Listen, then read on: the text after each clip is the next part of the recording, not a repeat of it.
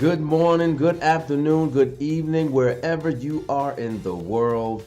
My name is Robert Antoinin, host of Black CEO's premier event of 2021, Black and Iconic. And this is day 4, and I am super excited because this is our speakers and authors showcase. I declare, Black CEOs, that you have got a book inside of you. You've got a stage that you've got to crush. And today, we have an entire lineup of speakers and authors who want to help you with your business and to help you with your brand. And I just believe in one of my favorite books where it says, write the vision down and make it plain so that men who read it can run as a result of what you have said and what you have written down. So as we move forward on this day, I just want to make sure that everyone is locked in, dialed in, sharing this broadcast out, because Black CEO is the largest collection of Black entrepreneurs around the world. And a few housekeeping notes as we move through the day. Make sure that you follow the speakers by going over to bizfreegifts.com. And then after that, if you want to join this entire network of Black entrepreneurs and Black CEOs, go over to joinblackceo.com. And then finally, make sure that you get your swag and your t-shirts, your coffee mugs by going over to blackceot-shirts.com. I promise you, if you go to either one of those sites, you will not be let down. We want to continue with your entrepreneurial journey. We want to ensure that you are equipped to stand out, to shine, and be brilliant as you were designed to be. My name is Robert Antoinin, and I will see you on the other side. Make sure that you tuned in, heart it up, comment in the feed, and just stay connected all day with the Black CEO, Black and Iconic 7-day experience.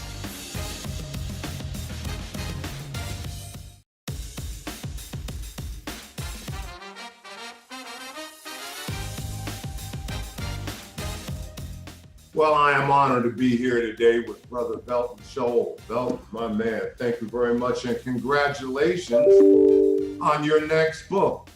My name is Dr. Dennis Kimbro, and for those of you who don't know anything about me, let me just hold up that book. I guess this book is, more well known than I am, Think and Grow Rich, A Black Choice. And no, this isn't about me, and I'm not here to hawk books. This is about Belton Shoal.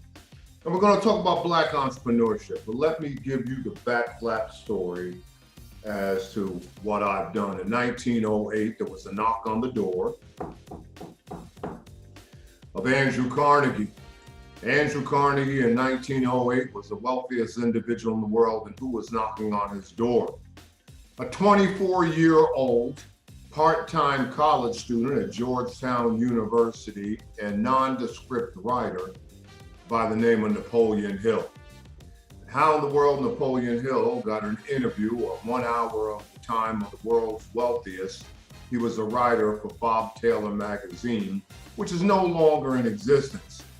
So he knocks on the door to Andrew Carnegie's 64-room mansion overlooking Fifth Avenue in Central Park in New York, and his butler goes down to answer the door. Butler tells the young, impressionable Napoleon Hill, Mr. Carnegie's been expecting you, and takes Napoleon Hill to his book-lined study. A few moments later, in comes Andrew Carnegie, and prior to Carnegie coming in the study, Napoleon Hill was looking at the vast surroundings. After all, this was a 64-room mansion, and all the cars, and all the wealth, and all the opulence really didn't resonate in Napoleon Hill's mind. The only thing Napoleon Hill was concerned about, what is the mental mindset of this individual to bring all this abundance and bring all this wealth to bear? So he and Carnegie hit it off, and Napoleon Hill had a number of questions that he wanted to ask Andrew Carnegie. And that 1 hour interview just blew by. As a matter of fact, it went by so fast that Andrew Carnegie said to Napoleon Hill, young man, there's something about you. I like you. And I've enjoyed this conversation, and I've enjoyed it so much. why don't you spend the weekend with me? As you can see, I got more than enough room.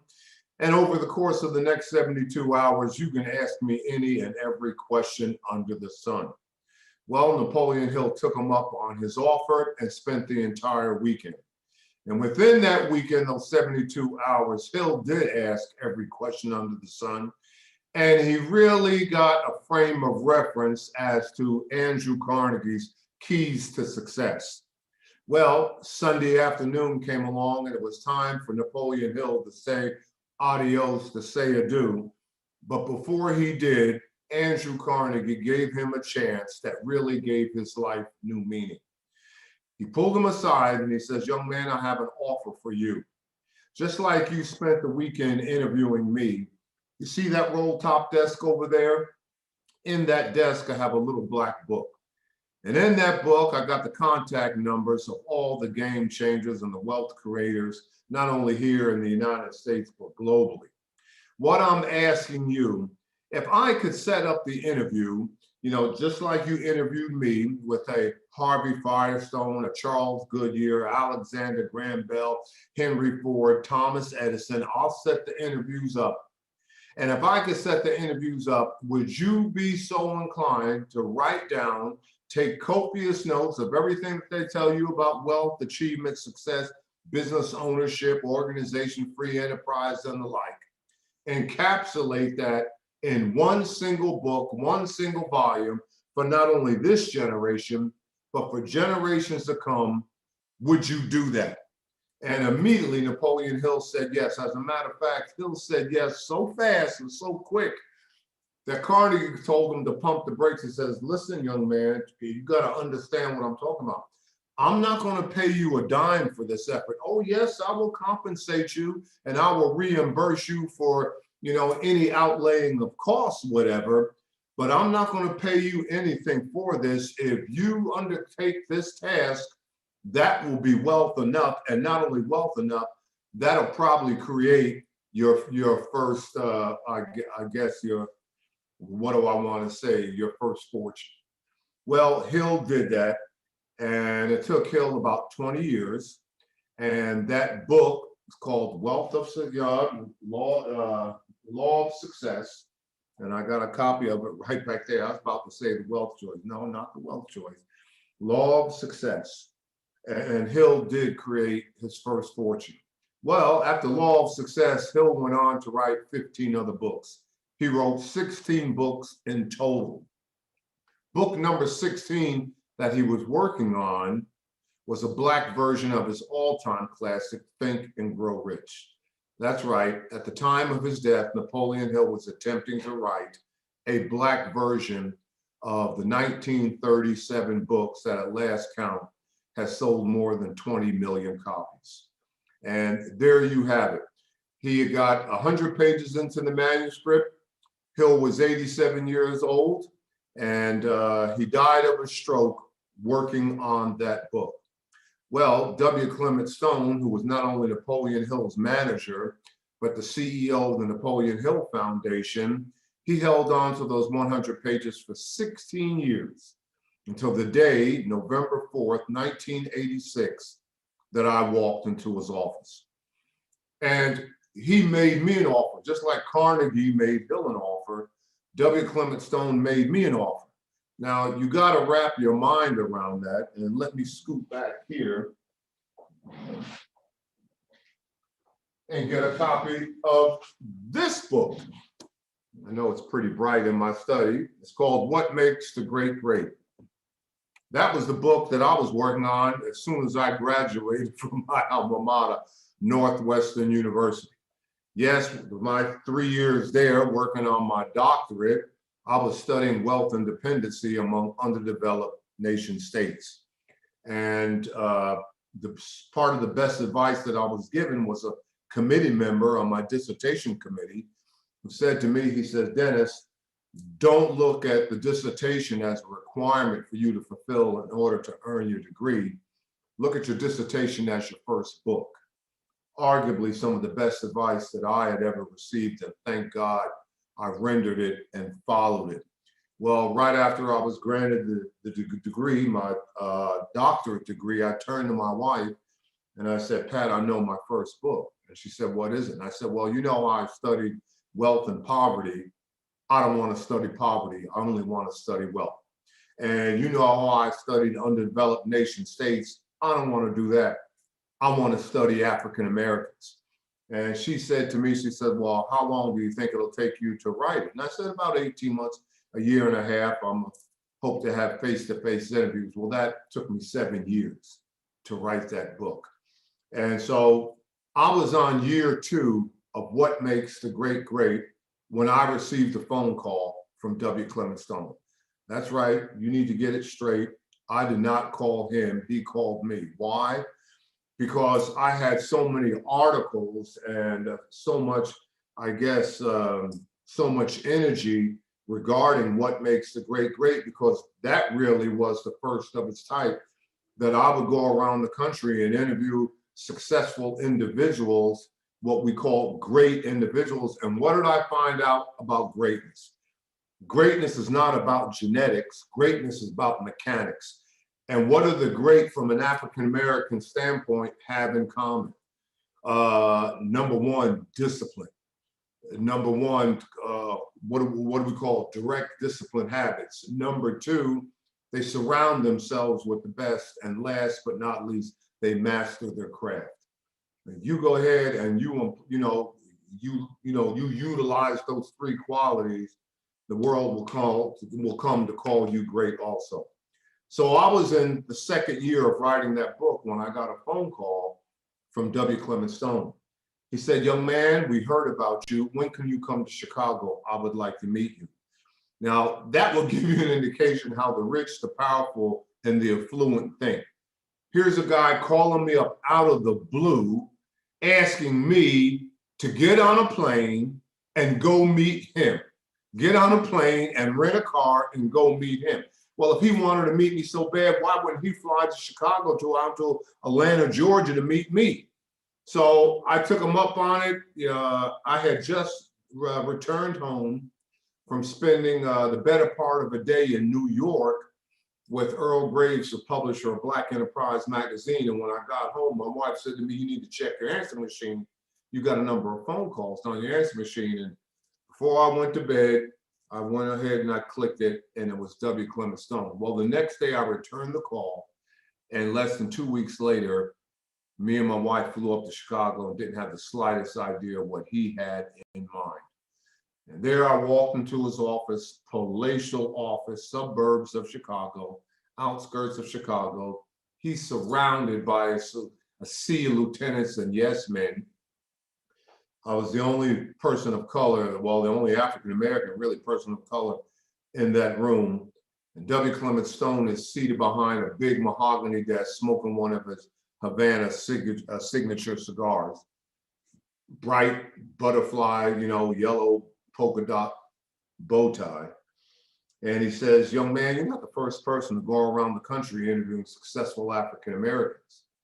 And I said, I'm not. And as a matter of fact, I took pause and I looked around the room and I said, who else has been doing this? Because I had performed a content analysis and there was nothing like that out there. And I said, I'm not. And he says, no. I said, well, who else has been doing that? And at that point, he reaches into his credenza and he pulled out the last 100 written pages of Napoleon Hill. And since you are in my study, in Belton, I'm gonna give you the red carpet treatment. And we are in my study, and let me look over here, and bang, here we are. I hope you can see this. Can you see it right there? It says, Blacks are growing rich, Napoleon Hill. And I know I should have this in some type of safe deposit box or strong box or something. And here we are. There you go. You can see it right there. I hope you can see it and it's clear. These are Napoleon Hill's last 100 written pages, from his Hamilton typewriter to my hand. And you can look at it. And here we are, last 100 pages.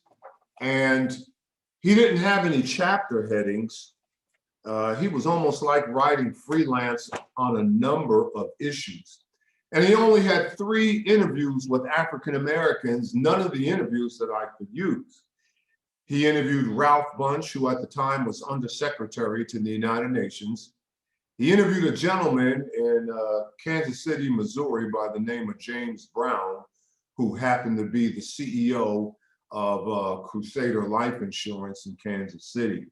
So I couldn't use any of those interviews. But getting back to my meeting with W. Clement Stone, after he dropped these 100 pages into my lap, he said, "Young man, I have a proposition for you." And I said, "What is that, Mr. Stone?"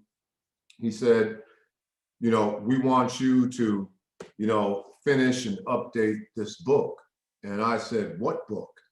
He said, "The book that's in your lap, these 100 pages. And my first inclination was, "Mr. Stone, I'm honored, but I can't do that."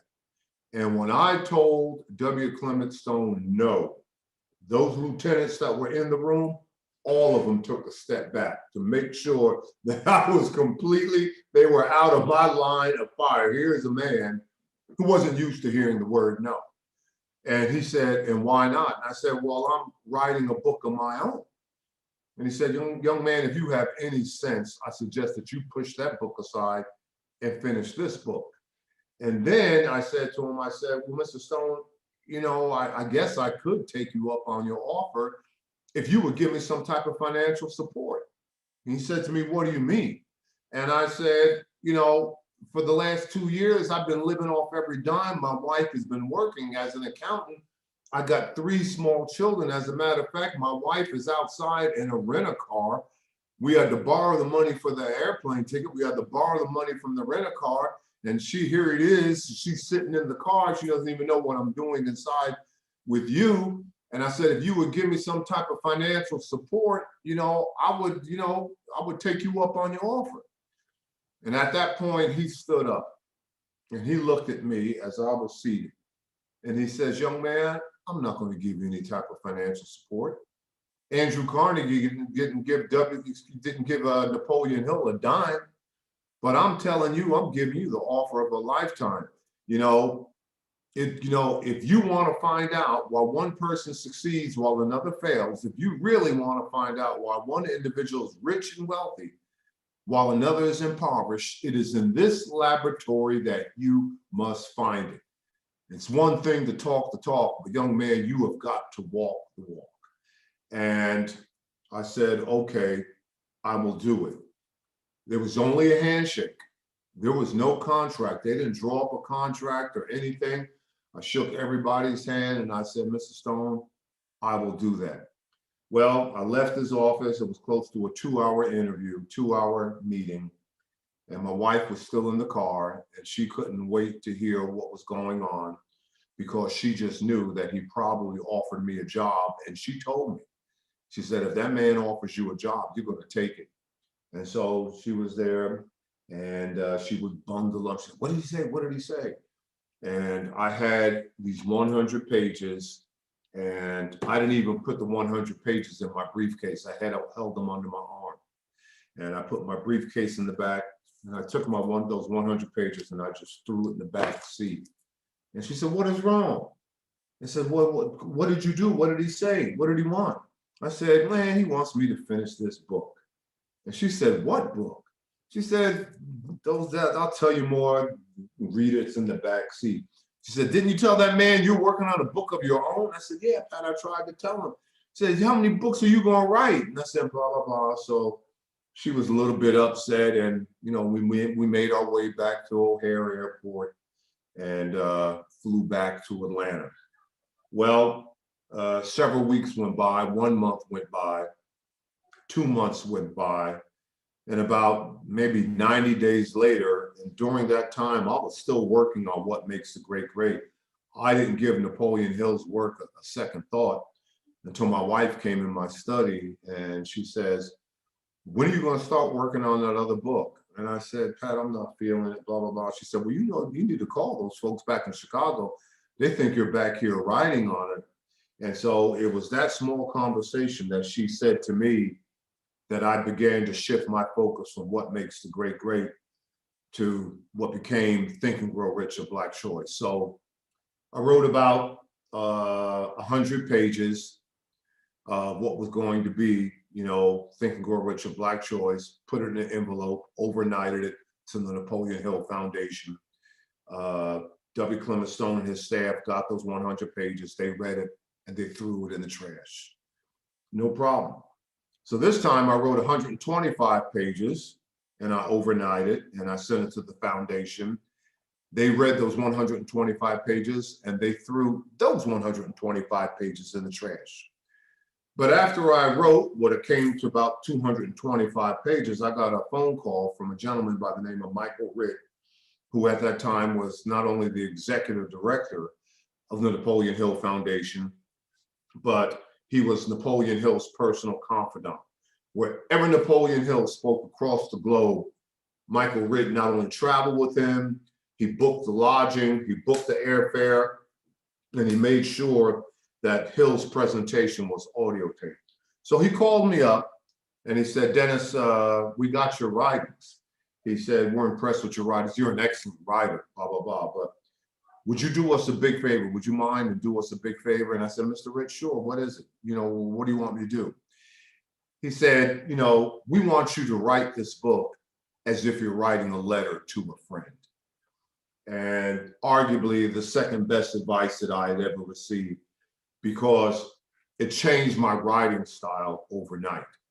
I began to not only write for this generation, but for generations to come. And I changed the way that I thought, and I changed the way that I would grapple and I would paint a picture of whoever I interviewed to make the book seamless and timeless. So that book became Think and Grow Rich, a Black Choice. And since the day that it's, been out there and in the, in the book publishing industry and for Black America, it has always been one of the top 100 books for Black America. It changed the lives of millions of folks, and I have indeed become blessed. So how did all this start? Dalton wants me to speak about Black entrepreneurs. Okay, so when I got the idea of really not only thinking of which a Black choice, but what makes the great great, the first thing I did when I finished with my work at Northwestern, I pulled out a legal sheet of paper and I wrote 50 names on that legal sheet of paper. Now I can go back in the study and I can show you all the audio cassettes from the interviews that I had. I wrote 50 names on that sheet of paper of all the peak performers at the time. John Johnson, Johnson Publishing, I told you, Earl Graves, Wally Famous, Amos, and not only that, corporate climbers and like Barry Rand, highest ranking African-American for Xerox at the time. I mean, all the game changers, not only in business and industry, but in sports and entertainment and the like. And so they didn't know me, but I certainly knew them. And I don't know a damn thing about networking. Though I teach networking to my students at the School of Business, I didn't know anything about networking. I thought that if you write a bold letter and follow it up with a phone call, folks will grant it for you. And obviously that's the way that it worked. But the one thing I did know, I looked at that list of 50 and I said, who is the king or the queen of the mountain? Because I'm going after this individual first, because if the other 49 ask me, well, who have you interviewed to date? I can always say, well, I got John Johnson, or I got Wally Ames, or this, that, and the other. So it really blew by pretty fast of those 50 individuals. And, how I got the money to travel and how I got the money. Some were here in Atlanta, some were here in the Southeast. So I drove to the locations and whatever. And then I wrote another 50 names on the list. And I quit counting at 150 interviews. And I had so much rich information out of the 150 plus interviews. So rich that I didn't use all of them for Think and Grow Rich, a Black Choice. And I certainly didn't use all of them for What Makes a Great Great. And I have yet to use all of them for the Wealth Choice. But 3 books came out of that bevy of all the interviews that I had. So what can I tell you about Black entrepreneurship? Okay, that is the cornerstone of what we've got to do as a nation, as a race. Okay, I have a distinct opportunity to teach at a school where Black America's most prolific scholar taught, W.B. Du Bois. Yes, and here we are in my study. And if you look out, if I go through these French doors right here in the back of my study, that's where I have my bookcases, and you will see rows and rows and rows and rows of books. Books on economics, books on business, books on philosophy, books on history, and the like. But here in my study, where my writing workshop, where I do all my writing, I only have those books that had a profound impact on my life. From my mother's Bible, whenever her granddaughters don't come in here and take, oh, well, give me grandmama's Bible, I want to hold on grandmama's Bible, blah, blah, blah. To when I got a chance to meet Milton Friedman, who wrote, Free to Choose, a couple of his classics, Free to Choose and Capitalism and Freedom, to, here I got John Maxwell's book.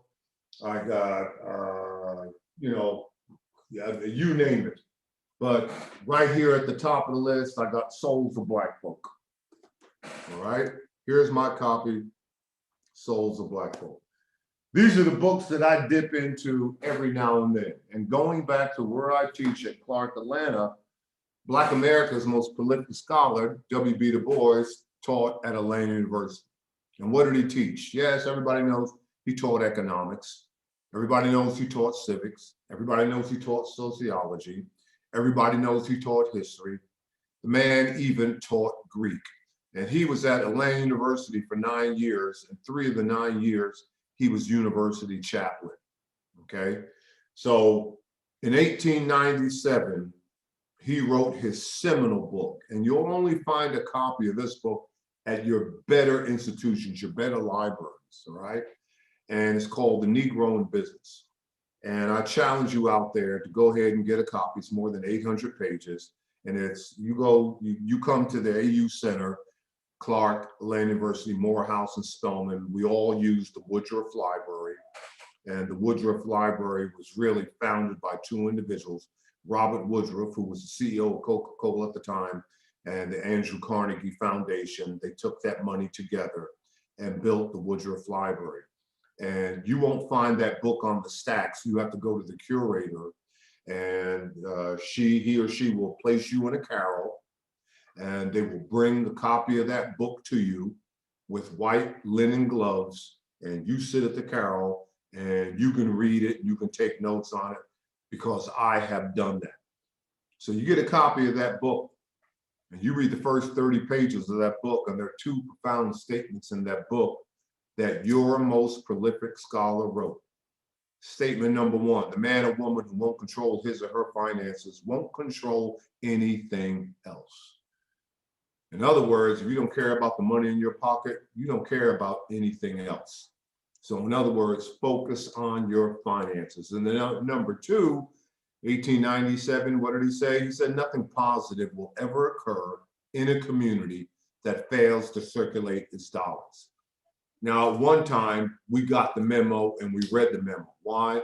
Because in the early 1900s, particularly between the years of 1915 to 1921, you had the Black Wall Street of Tulsa, Oklahoma. And we're in Tulsa, Oklahoma.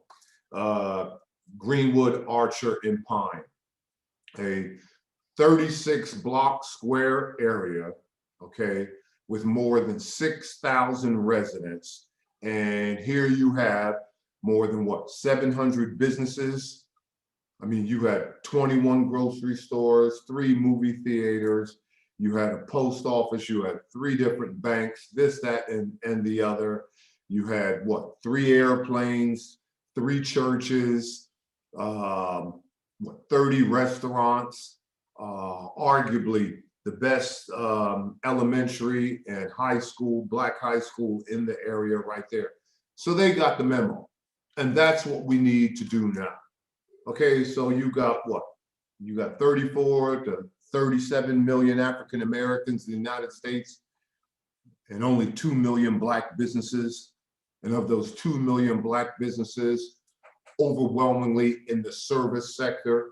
I'm not knocking that. That's well and good. We need more Black businesses.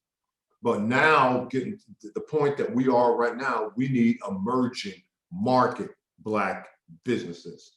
Because when you look at the emerging market, you're talking about you can scale a business.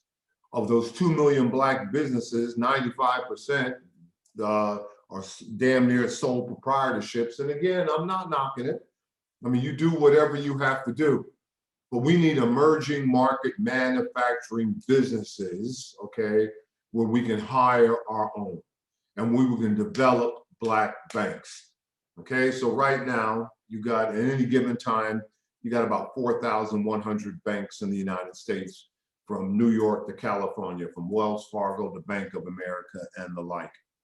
Here we are, and what is today's date? Okay, this is February 11th at 8 o'clock at night, February 11th. You'd be hard pressed to find 40 Black banks. On first blush, you probably only got about 38 Black banks, and that's not the problem. The small number of Black banks. It's who the consumers and who the depositors are. Number one, they're either poor to low income. Number two, with very little deposits. And number three, multiple withdrawals. We can't build economic development on that. So we need Black entrepreneurship. And what I found out in my research, it's a very simple task, but we just need to change our mindset about our capabilities. It's not your capabilities, it's your belief in your capabilities. And what I found out and what makes the great great, it is not your resources, it's your resourcefulness. And what I discovered in the wealth choice, I mean, over a 7-year period, interviewing and surveying more than 1,100 Black millionaires. And you only got about 35,000 Black millionaires. And so what did I find out with them? That wealth is never a function of your circumstances. Wealth is never a function of your conditions. Wealth is never a function of your education, your parents, which side of town, which side of the tracks you've been born. But it is a function of belief, and it is a function of faith, and it is a function of determination. And those men and women who have won mostly in life have relied mostly on themselves. So going back to Think and Grow Rich, a Black choice, and what makes the great great, I found 4 common factors in all the entrepreneurs. Number one, they dreamed big dreams. They had a dream, a vision, something they desperately wanted to accomplish in their life. Point number 2, they were inner directed versus outer directed. In other words, they weren't so quick or, to believe well-meaning friends and family members who said, you can't do this, you can't do that. They walk to a beat of a different drummer. And that's why I tell folks, when you interact with others, don't focus on the mouth, don't focus on the lips of what they have to say. Look at their feet of what they're doing and where they are going. Robert Frost, the old poet, wrote years ago, 2 roads diverge in the wood, and I took the one less traveled by. You are unique. You cannot succeed being like everybody else. I ask my students all the time, what is the opposite of success? And they always tell me failure, and I tell them wrong, bad, wrong. The opposite of success is not failure. The opposite of success is conformity. You'll never succeed, conforming to the wishes and the norms and the moral ways of others. You are blessed to live in a capitalistic economy. But the form of capitalism that we see now is a bankrupt version. I mean, you go out there in my study and I will show you my copy of The Wealth of Nations by Adam Smith. And here you can sit down and read it. And if you can get past all the highlighted pages and all the notes in the margin and how many times I've read that book. And what did Adam Smith, and first of all, who in the world was Adam Smith? He wasn't even an economist. He was a moral philosopher. He was an abolitionist. And why in the world was Adam Smith an abolitionist? Because he says in Wealth of Nations, his definition of capitalism, I allow you to pursue your divine interests, and you allow me to pursue I allow you to pursue your divine interests, and you allow me to pursue my divine interests, and who will benefit?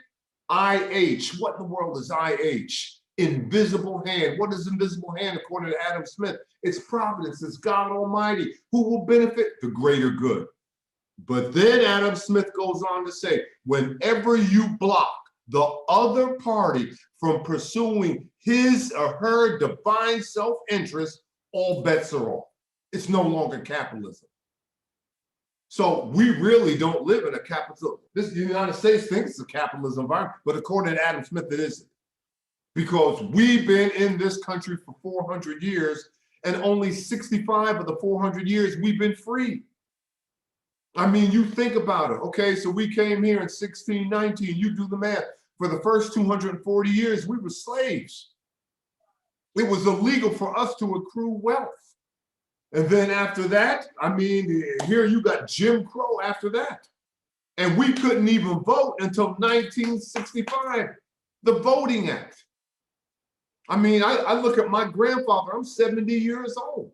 And I look at my grandfather. My grandfather lived in North Carolina before he moved to Ohio. My grandfather and grandmother, my grandfather was a butler, my grandmother was a maid, and they worked together before they got married. They worked for a wealthy white family in North Carolina, and then moved to Ohio before he moved to Harlem, New York. I don't even know if that man ever got a chance to vote in his lifetime. When my father came back from World War II in 1944, only 4% of African Americans who lived below the Mason-Dixon line could vote. And here I am, a junior in high school. A junior in high school in 1970, that number went from 4% to only 6%. So, you know, getting back to that, so inner directed versus outer directed. Point number 2, they flat out refused to fail. Now, I'm not saying they didn't fail. Many of them actually failed the way to success, but failure was never a viable option for them. Now, the good news about failure is that you're the only individual who keeps score. And the other good news about failure is that success is a statistical event. That's all it is, a statistical event. All right, so it took me 7 years to finish the books. But here now, I have a nice lifestyle, and I never have to go back and do the nonsense that I did before. I mean, untold readers, man, that I don't even know, and I didn't even think, and I couldn't even conjure when I published these books that would have an impact on their life, and they contact me. Success is a statistical event. And then last but not least, readers are leaders. Readers are leaders. If you read 30 to 60 minutes a day in the field of your choice, and I don't care what that field is, you read 30 to 60 minutes a day, and you do that for 3 years, you'll be known throughout your community. You read 30 to 60 minutes a day, you do that for 5 years, you'll be known throughout the country. You read 30 to 60 minutes a day, and you do that for 7 years, you will draw world recognition. And the bottom line, you want to succeed, all you got to do is show up. That's what I learned from entrepreneurs. You want to succeed, all you got to do is show up. You show up, you beat 80% of the competition. You show up on time, you'll beat 85% of the competition. You show up on time with a plan, you'll beat 90% of the competition. You show up on time with a plan and a commitment to carry it out, you'll beat 95% of the competition. But if you show up on time with a plan and a commitment to carry it out and then execute it, you make the cover of Time magazine. That's the whole heart and soul of entrepreneurship. And what is the definition of entrepreneurship? Definition of entrepreneurship is pursuit of an opportunity without any regard to the resources at hand. Where in the world do ideas come from? An idea comes from your creator knocking on your subconscious, asking you, do you want more out of life? And there is nothing pretentious, there's nothing precocious about your creator. Some folks say, well, God is testing you. Why in the world would God test you? God isn't testing you. That's a lack of belief in yourself. There is nothing pretentious and precocious. Your creator gave you the dream. but you've got to believe in yourself when no one else will. If I asked you, how would you qualify? How would you categorize? How would you describe what you do for a living? Would you tell me it's work? Would you tell me it's drudgery? Would you tell me that it's painful? Or would you tell me that it's a mission? Would you tell me that it's passion? Hopefully you'll tell me that it's mission because it's part of your ministry. If you tell me that you're passionate about it, that will lead to conviction, and conviction will lead to commitment. And nothing on this planet can ever stop the passionate, committed mind. Nothing can ever stop the passionate, committed mind. If the passionate, committed mind could be stopped, there'd be no Oprah Winfrey. If the passionate, committed mind could be stopped, there'd be no Jay-Z, there'd be no Beyonce. There would be no Bill Gates, there would be no Steve Jobs. So there you are. Those are the 4 keys to entrepreneurship. Any individual can apply those keys to his and her life. And what we need, we need entrepreneurs. We need wealth creators. We need the wealth to stay within our community.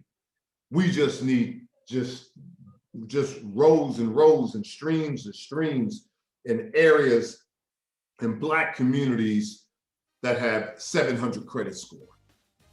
Because we really have got to begin to go ahead and really get a handle on our economic development. Well, Belt and Soul, I hope that's good. I hope you can use it. That's my take on entrepreneurship in general and the backflap story to my life. And for those of you who may be looking at this Zoom call and looking at this podcast and looking at this part of Belton's book, I hope it makes a difference in your life. And again, I am Dr. Dennis Kimbro. Keep doing what you're doing. Believe in yourself when no one else will. And greatness will certainly find itself at your doorstep. Take care. God bless.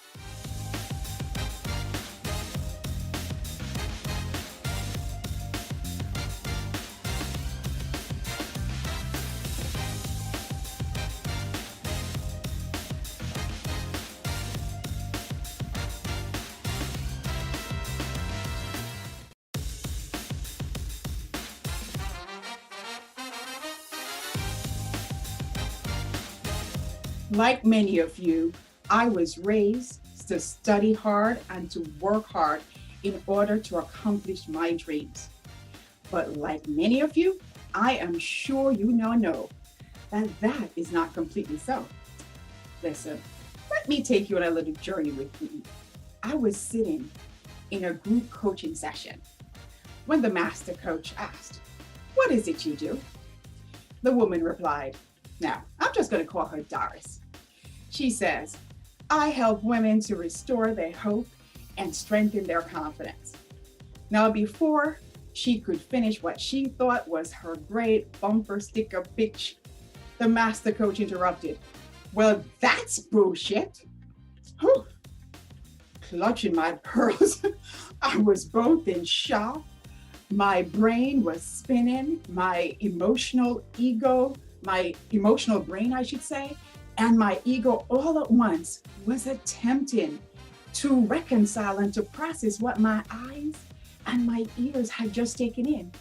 I could not believe that in front of a class of 20 plus people, this man had snatched the living life out of her without extending much of an effort. And truth be told, I believe I can still hear her sense of self to this day do the dead man's thud to the floor. Now, I don't know if it was bravery or if it was foolishry, but either one, she gathered enough wind in her lungs to say, "What?" Whew. Now, visually emboldened that she was bold enough to come back for another, the master coach repeated, "As I said, that's bullshit." At this point, I knew all the others in the room were having a near-death experience because we all could feel her pain. The room went deadly silent because none of us expected the master coach to repeat what he had said previously. You said something horrible, you may catch yourself and say, but no. Now, as the rest of us pan the room, we could all at once experience a range of shame, embarrassment, and anger was all plastered in our faces and our eyes because we were searching the room just to get confirmation that something was uncomfortably wrong in the room. Now, in this moment, she needed to have applied either social awareness or self-management, one of which, or both, would have allowed her to move beyond her bubbling feelings and thoughts. Now, would she choose to allow the coach to have his day of feeling important, empowered, and in control? Or would she seize the moment to pause, reset, reclaim the dignity and the space that she knew that she was entitled to? Now, I even recall getting text messages stating, Judy Ann, can you believe what happened? The truth is, not really. I didn't expect it to go that terribly wrong. Now, what I would like for you to do for me is just to take a moment and just contemplate, how would you feel if you got that reaction while you believe that you were working on your purpose and you got that response? Now, you can even start by considering what thoughts and feelings were flowing through you as I shared the story with you. Now, while I'm professionally certain that this master coach believed that he was providing hard and clear and critical feedback, rooted in that theory, let me rip them down so I can, build them back up. But actually what happened is the real-time response was that he lost instantaneously the trust and the faith and the confidence of the group. There was a loss of trust that he would not shame and humiliate them like he did to Doris. Now, they had a diminished sense of faith that he would encourage and empower their efforts and their dreams. Now, these were possibly evaporating the overall confidence the participants had in pursuing what they thought were their purpose and destiny. It doesn't feel too good, does it? Well, believe it or not, ladies and gentlemen, this happens every single day, and it is the hallmark of poor leadership. It is also the surefire way to negatively impact your bottom line, AKA lose clients, AKA negative revenue. Not to mention, it will definitely have bad PR that will surely follow. Now, let's circle back a little bit. Remember what I told you in the beginning, that we were taught to study hard and to work hard? Yes, remember that? Okay, great. However, many of us were not taught early on in life to monitor our emotions, because you know what? There will be unpredictable moments that would reoccur. There'll be times when somebody will just get on your last cotton picking nerves. And guess what? It will probably happen in public and when you least expect it. So, we definitely have to work on that. However, let me take you a little bit deeper. Men were socialized to believe that it's not good to show emotions when stressed or when under duress. So, if we were to say, what is the measure of a potentially successful leader? One could say is one who's not only content competent, but one who's also well emotionally regulated. Now, there are numerous people who are masters of their craft. However, they are challenged to take on and maintain clients and or staff because rather than making people feel valid, they tend to make people feel deflated, undervalued, and uninspired. Now, there is this great quote that I absolutely love. That quote is by Dolly Parton. It says, "If your actions create a legacy that inspires people to dream more, to learn more, to do more, and to become more, then you are an excellent leader." Don't you just love it? I absolutely love it. Let me say it again because I love it that much. If your actions create a legacy that inspires others to dream more, learn more, do more, and become more, then you are an excellent leader. Now, the $64,000 question is, how do I create such a legacy? Well, the first thing that I would love for you to do is to look directly in the mirror. Yes, really, look directly in the mirror. And I want you to ask the first person that you see, "Hey, you over there, I'm talking to you. Yeah, you. What would my clients say about me? What kind of leader would my clients say that I am? Am I one who edifies or destroys? Am I one who galvanizes or derails? Am I one who inspires or discourages?" Now, one surefire way to becoming a better leader is to develop your emotional intelligence. It is a crucial component to great leadership. Emotional intelligence is the ability to understand, use, and manage your own emotions in positive ways to relieve stress, communicate effectively, empathize with others, overcome challenges, and diffuse conflict. It helps to build stronger relationships. It allows you to succeed at work and in school and in your business. It allows you to achieve career and personal goals. It also helps you to connect your feelings and turn intention into action. It allows you to make better informed decisions, especially, those decisions that really matters to you. Emotional intelligence is that up close and personal connection with the interplay of your feelings, your thoughts, and your behaviors. So in short, emotional intelligence is the ability to recognize, understand, and manage emotions in ourselves and others. Now, we're going to take you a little bit deeper. Emotional intelligence has generally two core competencies in our lives, right? That's the personal side and that's the social side. So taking a look at the personal competence first, that includes self-awareness and self-management, right? Self-awareness is critical because we must be aware of what is it that we're emitting outward. What is it that we are projecting outwardly, right? Now, let me ask you a question.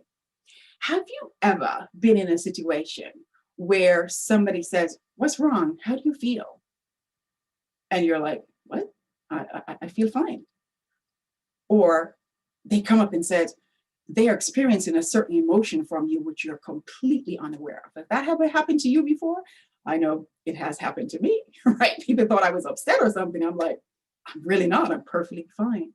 However, that lack of awareness can serve to derail collaboration, joint ventures.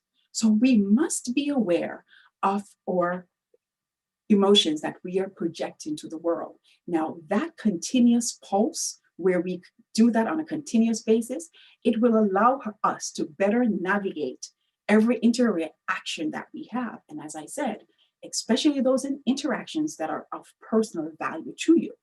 Now, it is a consistent pause, self-assessment, reassess, and reboot.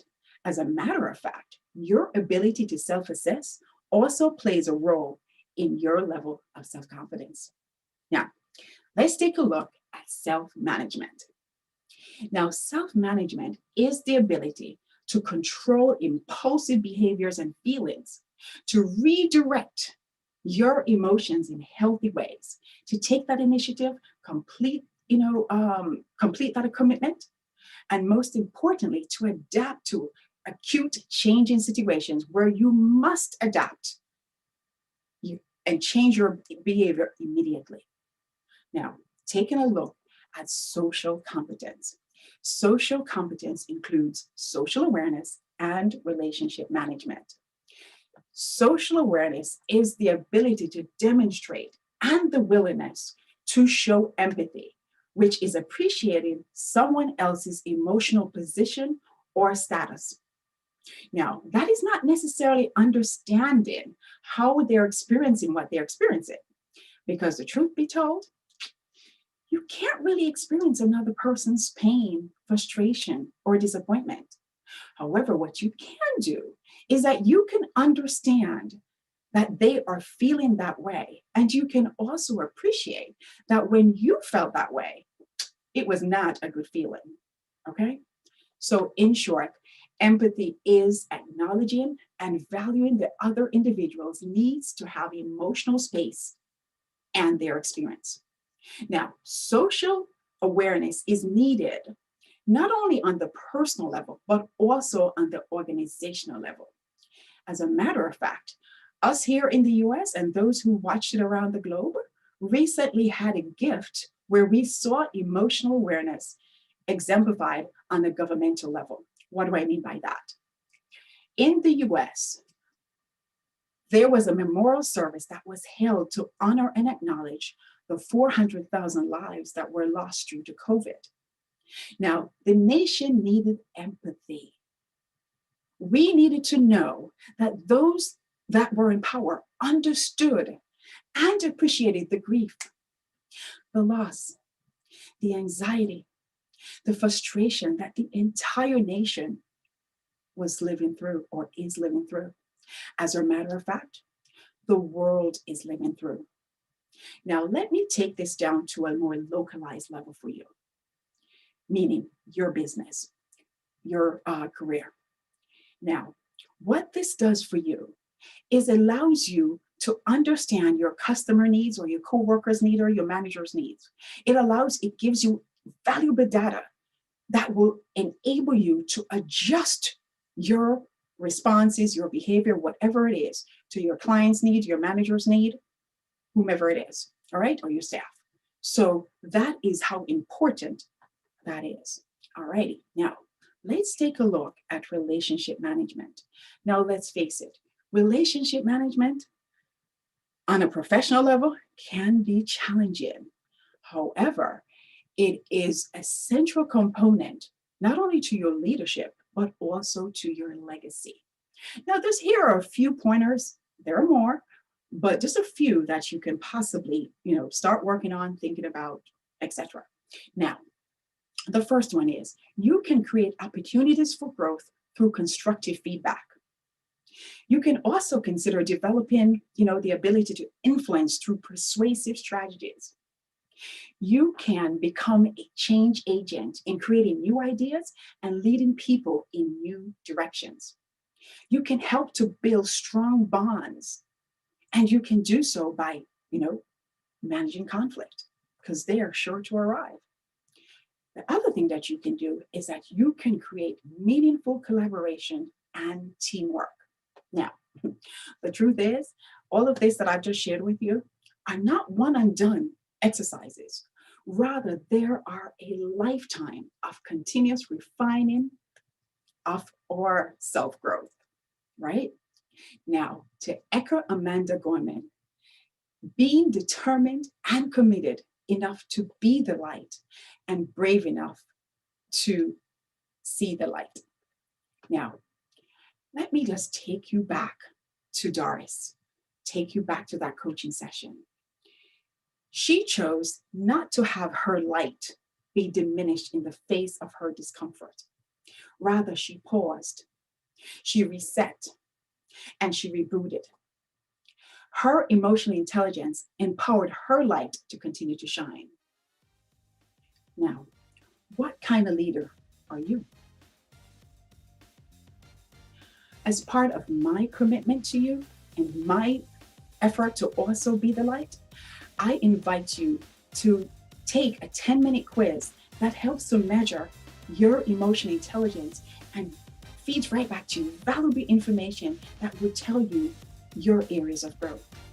Now, to get this quiz, all you need to do, if the link is not already there, is go to bit.ly/intention into action, one word. Again, bit.ly/intention into action. Now, I hope you too will continue to shine.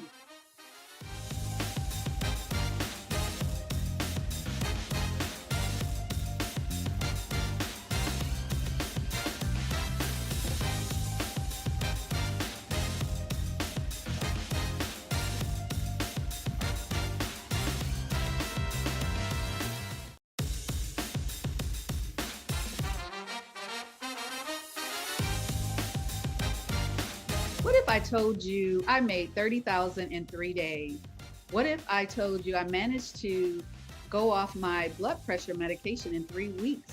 What if I told you I conquered a fear of public speaking in 30 days? I am crushing goals. Strawberry letter 55. So I know from the title, you might be thinking this is a letter seeking advice from Steve Harvey, right? No, this is my very own Strawberry Letter 55, a love letter to myself. Biblically speaking, Paul wrote letters to the church, and before that, in 500 BC, the first handwritten letter was written by a Persian queen. And what happened is, as people became more literate, it was the way to communicate. Letters were strapped to animals, sent on their way to the destination. You had the Pony Express, the rail and the roadway, from the air to digital. We all get excited when we got mail. After my presentation, I want you to walk away with at least 4 takeaways. First, I want you to see how important a date is when you're establishing your goals. Number 2, major life experiences such as divorce, death, downsizing, medical illnesses. That doesn't mean life has to end when you encounter those things. It's really a new beginning. Number 3, I want you to know that living for self, seeking self-satisfaction, and making self-care a priority is not a bad thing. It's really living a quality life. And finally, I want you to know how important the writing of a letter is. Write the vision and make it plain. With that being said, let me introduce myself. I am Renee Johnson. I'm also go by Emma. I'm the wife of the handsome and sexy man, Michael Johnson. I have 3 beautiful children. I have 1 grandson and a bonus son. I'm the owner of the Asher brand, where I have businesses in the financial services. I have an event planning and an online clothing boutique. I am the youngest of 9 children. And to give some perspective here, when I was born, my oldest sibling was 24 years old. Imagine the dynamics in that family, in our family. At age 6, my father passed away, and I grew up without a father in the household. Now I know this is not uncommon in our Black community, but for as long as I can remember, this was very devastating to our family. At the time, it was 5 children still in the home. My mother was 49. She never worked, and she never remarried. So I realized much later, I was raised by a single parent. Now, nevertheless, I thought I was pretty special. God came to me in a dream and he said, I am your father. I really felt that I was fatherless, or I didn't really feel like I was fatherless. I excelled in school. I strived in extracurricular activities. I was a band student, National Honor Society in the top 10. I received numerous scholarships upon graduation. I played the piano for my church. I just was a pretty happy-go-lucky girl. I felt blessed. I was favored. I knew one day I would take the world by storm. Then I became an adult. I made some decisions, some wrong decisions. I felt like I was Adam and Eve in the Garden of Eden. I had sinned. I had become ashamed. I was naked. Everything in my life at the time was different growing up. I started second guessing myself. I was thinking I wasn't good enough. I allowed others to label me. I lacked confidence. I said the words I can't more than I said I can. I became clueless to the world around me. I was wounded, scarred, and broken. Now that's a whole nother book that I need to write. And let's say I'm far from perfect.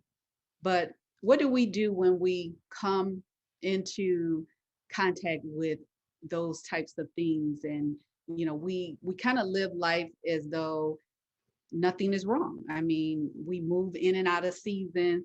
We, tell people we're okay, but we're really not. And mainly in our community, being raised by a Black strong woman, I believe I was conditioned to just mask the truth.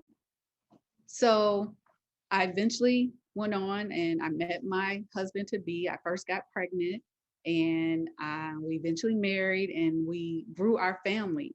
And so as time went on, I wore many hats, being a mother, a daughter, sister, wife, friend, employee. I mean, ladies, we know we wear a lot of hats and we do so much. We are phenomenal.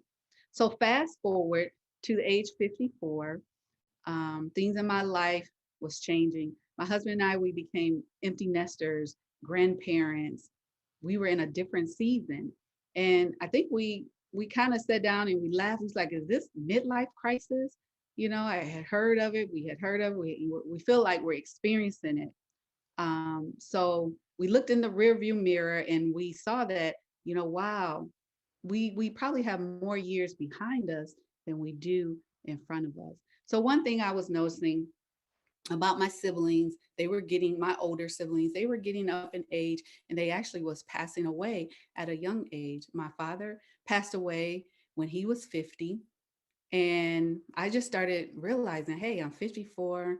One sister passed away at 74, brother at 75. I was like, that's only 20 years away. But that was a wake up call for me. And I'm like, wow. So what I also found that my siblings and my mom, when she passed away, everyone needed care just before they passed away, up to 3 years. So that really cut back too on that life and living a life that is a healthy lifestyle. I said, wow, I need to do something different. So I was just scrolling on the Facebook and I noticed a friend of mine, she was in a gym and she was going every day. She was posting that she was at the gym 5 a.m. in the morning. And I was like, okay, for somebody to be in the gym at 5 a.m., they're actually getting up at 4 or so to get to the gym. And I was like, so what is motivating her? What is pushing her to get up in the morning and get to the gym? And so I stopped by that gym, talked to the trainer. I had never really been involved in any type of organized fitness type facility. So they had a 7-day trial and he was like, why don't you try the 7 days? So I signed up for the 7 days and the 7 days had come and gone and I went consecutively. So once I got to the end, you had to make a decision. Do you sign up for a membership or did you just waste 7 days? And so I ended up signing up. However, they had a different structure. They had a plan where you could pay weekly, you could pay semi monthly, you could pay monthly or 1 year. And I was like, well, a year is too long that I really can't do even a month or a week because that's too short. I really had to give myself some time to make sure this would work. And it wasn't cheap by no means. So I had to be very prudent and wise. And so I asked for a 6-month membership. And they mentioned that they never had someone ask for a 6 month and they had to think about it. And then finally say, yes, we would do 6 months for you. So I signed up for a 6 month. At that time, I was probably like close to 6 months away from my 55th birthday. So I made some goals for myself as far as what I wanted to do. And one of the biggest things, because my family, there's a history of heart disease, Parkinson's, strokes. I wanted to make sure that this was the right thing to do and that I was positioning myself that I would be able to live a quality life. So joining the gym, everyone knows that you need to go see your physician, or you should, especially at age 54.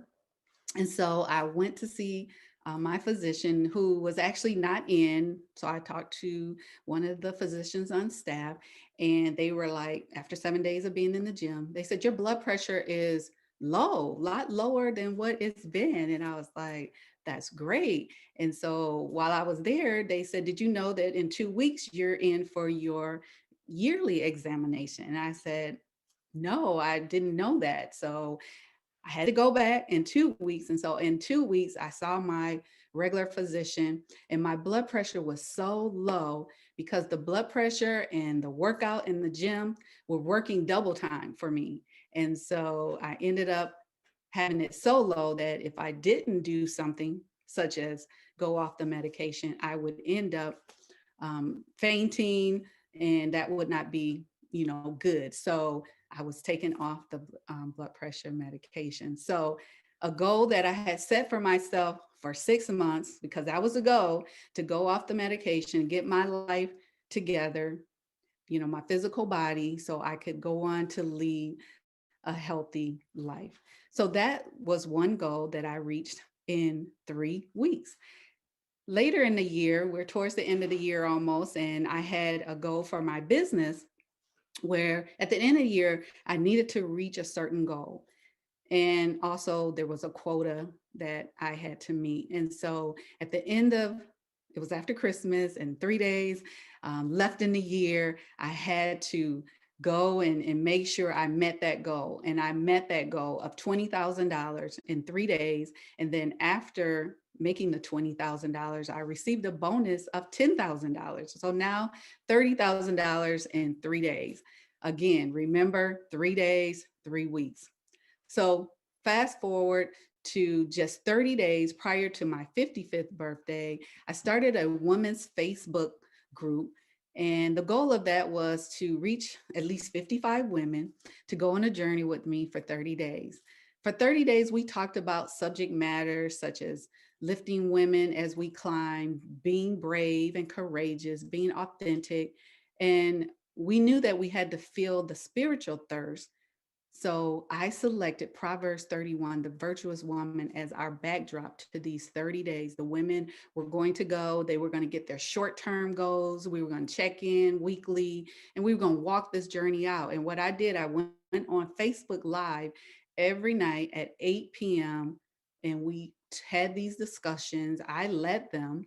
So it really was giving me all the practice that I needed in public speaking. So that went over very well with the virtuous woman, because we know she's a person, she knows her worth. We were looking at her as our model. She wore many hats.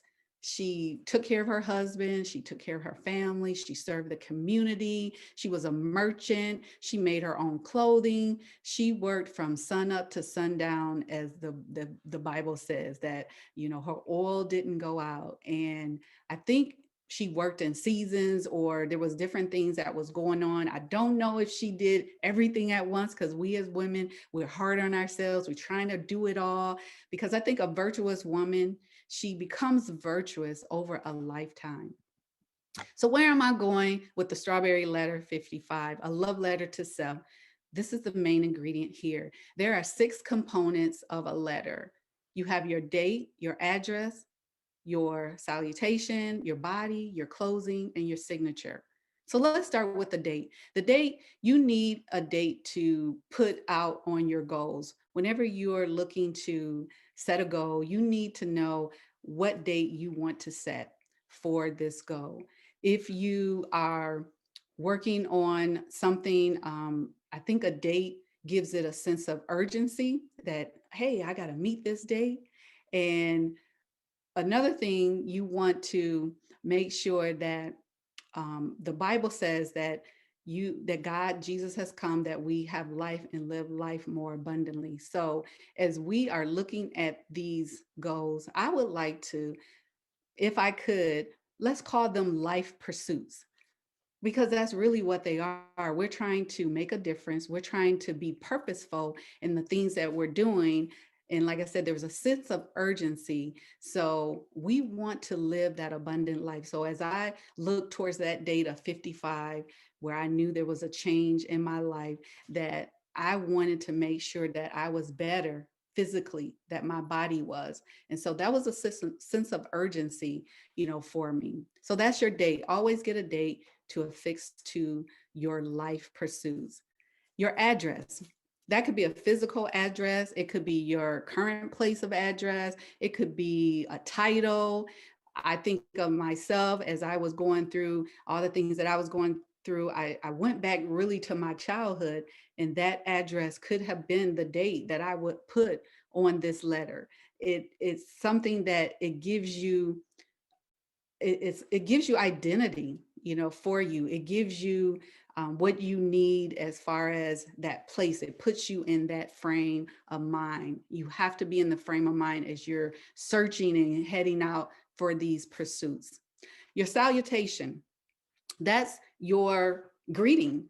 I think every day you should be looking at these pursuits, and you should be connecting yourselves with them. And I'll share a story with you. My husband, he's a builder, and he's out working on this project. We bought a home that we wanted to pretty much restore. It was a home that needed a lot of work. So he went in, he gutted out the whole home. And as I would come by some days, I would check on him as he's working, that he's doing all this work alone. And I would go in and everything is everywhere. Everything is in chaos.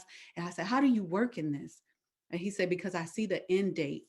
I see what it's going to look like. I see the vision of what I know it should be. I mean, we have to be visionaries when we're out here pursuing these life pursuits. We have to see that end. So to see that end, you got to be in constant contact every day. You have to be saying hello, what's up, as Martin used to say. So you have to be making that greeting, that connection. So the body, we're talking about a letter now, the body, realizing that this is a lifestyle change, guarding your body at all times, your mental, protecting your ear gates, what's coming, around you, your eyes, what you're seeing.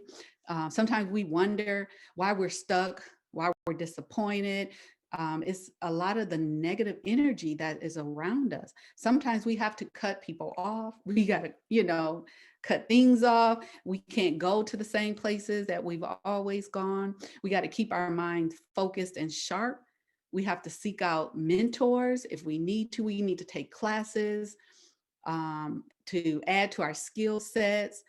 For our physical body, we need to make sure that we're up for the journey.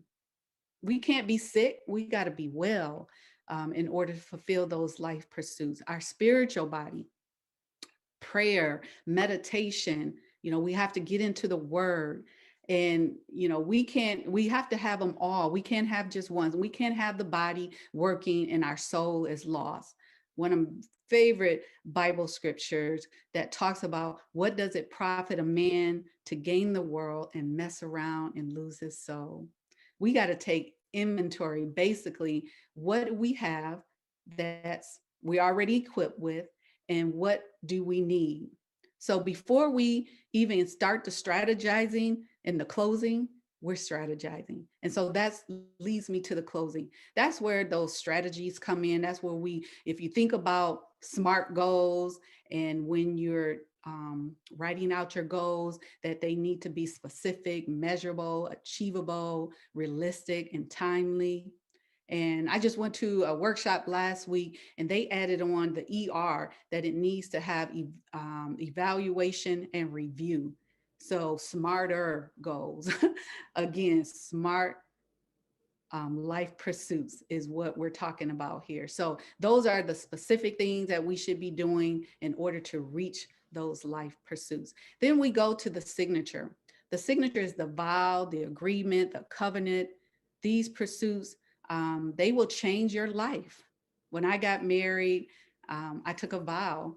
My husband and I were celebrating 25 years this year. We took a vow that those vows are still relevant today, for better, for worse, for richer, for poor, in sickness and in health, out of love, and I'm to love and cherish. So that's what we're going to do with our life pursuits. We're going to sign off on those. I have gone to many workshops for vision boards, for goal setting, and not once do I remember where I had signed off. I made that a commitment. So you may wonder, why did I name this strawberry letter 55? Of course, I was turning 55. And you may not know strawberries, they protect your heart. They increase your good cholesterol. They lower your blood pressure. They guard against cancer. Strawberries, they are sodium free, fat free, cholesterol free, and low calorie. Not to mention, red is my favorite color. And sometimes my husband likes to feed me, strawberries, but that's another workshop. So in my workshop, I will help you um, fulfill your life pursuits in a somewhat non-conventional way. You will write your own letter, you will sign your letter, and it will serve as your commitment to reach your life pursuits. You will mail the letter to you, so in essence, return the sender.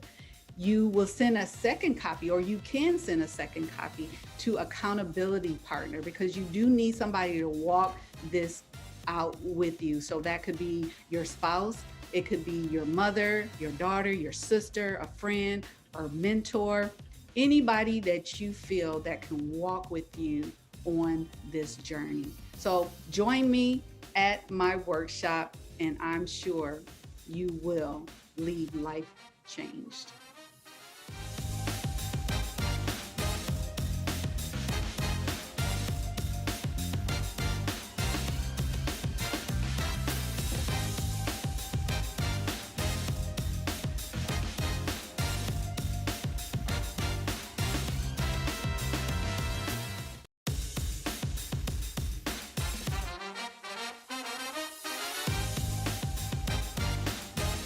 Hey, welcome to the next session of the Black and Iconic Summit. I am Ryan C. Green. I'm here to talk to you all about unveiling the scam of the bestseller author.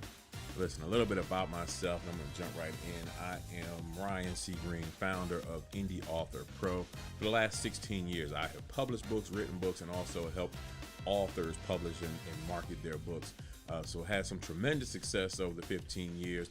But I want to kind of share with you some of the things that I've run into and really why I think that as authors, we independent authors have kind of lost their way, kind of lost what the point is of writing their books. So I want to hopefully give you some tips today that will help you get past thinking that becoming a bestseller is all there is to it. Once I become a bestseller, I've arrived, right? So I wrote my first book in 2005, Success is in Your Hand, and I've helped other authors reach over 100 bestsellers lists on Amazon.com, right? Clap it up, clap it up.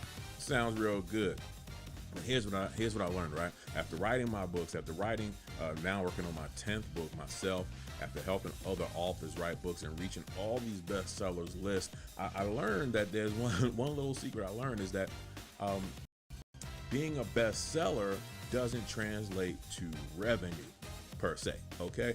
And I think that that's what so many independent authors fail to realize before they get into it, is that their goal is I want to be a best-selling author. And best-selling author is cool and it's nice and it's a great accolade, but it doesn't translate to money. It doesn't translate to revenue. And if you are writing a book, if you're trying to build a business, you want your book to then translate into revenue, okay? So that's what I try to help people do, is that, if you reach the bestsellers list, that's great. That's fun, that's cool. But if you're not making money from your book, if your book is not generating revenue, helping you build your business, what are you really doing it for, right? You could just tell a story to anybody who wants to listen if that's all you really want to do.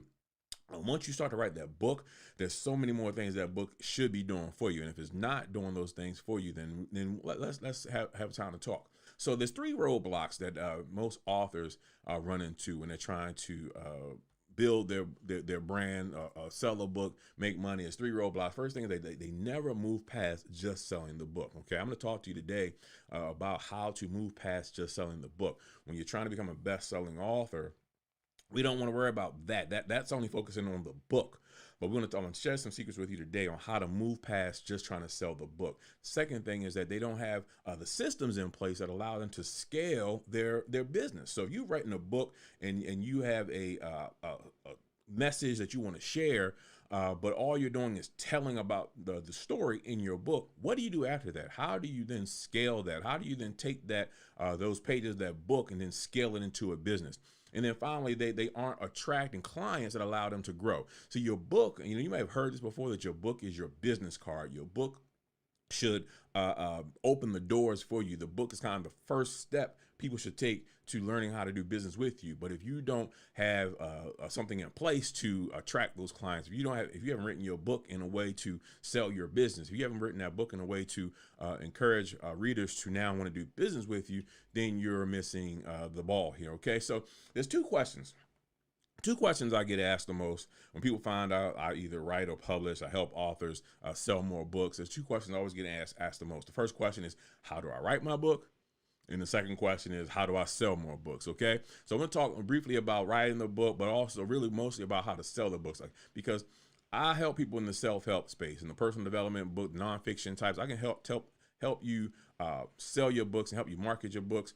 I can't really tell you what to put in your book. Okay, you need to know that if you're going to write a book, you should be the expert. You should know what to write about. You should have the stories to share. I can tell you how to formulate it, how to kind of optimize it is for maximum sales, but I can't really tell you how to write your book, what to put in your book. Okay, so what we want to do today is I really want to, as we talk about unmasking the scam of the bestseller author, because we want to move past having those titles, right? We want to move past having a title, and we want to start moving towards how to make our book make revenue for us.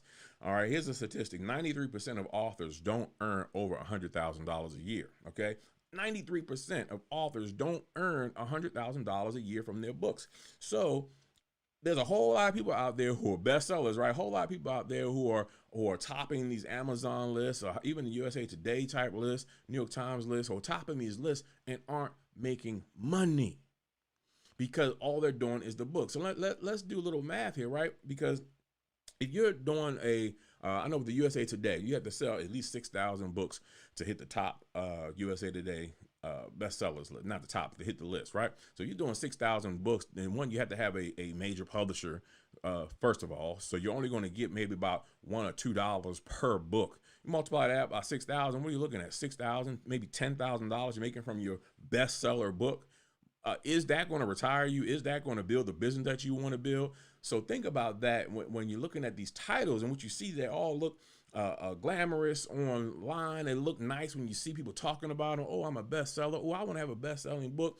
But here's the thing. It doesn't mean they're making money. And anybody can go out there and say they're a bestseller.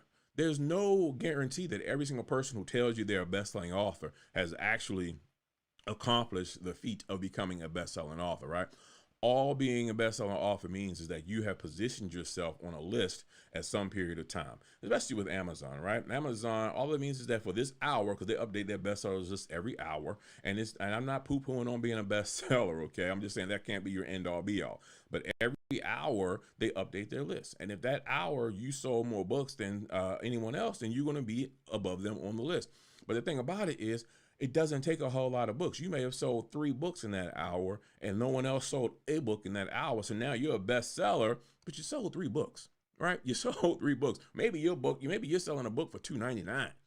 All right. So yeah, people are going to go out and buy your book because it's easy to go buy it in volume. There's so many ways to manipulate the system. So people's like, I'm a bestseller, I'm a bestseller, I'm a bestseller. Congrats. Good for you. You've got the pageant pride. Like you're winning the pageant. But let's win the profitability, right? We talked about that. So let's go into, these are things that I tell people about what to consider when writing their book, right? You want to consider the time it's going to take you to write your book. You want to consider the audience of your book. You want to consider your publishing options. Are you going to be an independent author? Are you going to seek a major publishing deal? You want to consider your book layout. What's the book going to look like? What kind of format are you going to have? The book cover, and then your social media and your marketing, your promotion. See, most people write a book to tell information. They're not optimizing their books to drive action. That's the biggest mistake that a lot of independent authors make, is that they just want to tell a story. Look, I live this, I know this, I want to share this. I want people to hear my story. And that's cool to start. But what happens after that? What are you doing after that? See, people can read your story, but if you're not telling them what to do about it, if you're not offering them some kind of system, if you're not sharing some way that you're going to solve a problem for them, then it ends at the end of your book. as I said, the average book sells 250 copies in its first year. The average book of all the books, the average book only sells 250 copies in its first year. So think about that. If you are going to sell a book and your goal is to make $100,000 from your book, right? And let's say the average book, you're selling books for $20. So you sell your book for $20. To reach $100,000 a year, you have to sell 5,000 copies of your book, right? 5,000 times 20 equals 100,000. But I just told you the average book only sells 250 copies a year. So how are you bridging that gap? If the average book is only going to sell 250, but your goal is to make 100,000, what do you do? How do you fill that gap? Here's what we talk about: moving from trying to become a bestseller on a list to being a top revenue author. Okay, this is what we do at Indie Author Pro. We take your book and show you how to build a top earning, top revenue creating business from this book. So let's take that book. The old way of selling books is that you're going to go out there, you're going to have to sell 5,000 copies of your book. That's 14 books a day. So if you already have a book written, if your book is already done, if you didn't sell 14 copies of your book today, you're already behind. Whoops. What about tomorrow? If you're 2 days behind, you're already 30 books behind just about, right? So there's got to be a better way. And it's got to be a better way to go out there and make this $100,000. And here's the secret. Write this down. If you don't get anything else from today, I want you to write this down. The secret is to stop trying to sell your book. What? Yes, mind blown. Stop trying to sell your book. That's what so many people are getting confused and getting lost and getting stuck, because they're trying to sell their book. They're taking a book and they're saying, hey, here's my book, buy my book. But it's not the book that you want to sell. It's the content in the book that you should be marketing, that you should be selling, that you should be promoting. That's what's going to build your business. That's what's going to turn your $20 book into a $100,000 revenue stream, right? So you got to go out there and figure out how to turn your book into that revenue. So you got to stop trying to sell the book, start trying to sell the content. Because here's the thing about a book, right? The content that you put in a book is going to be valuable, but because you put it in a book, the market has already conditioned us that we're not going to spend more than $20, $25, maybe $30 for a book. So the same information I'm going to tell you in a book, because I put it in a book, I also just put a limit on how much the market will bear and pay for it at $20, $25. But the content is worth more than that. The content is more valuable than that.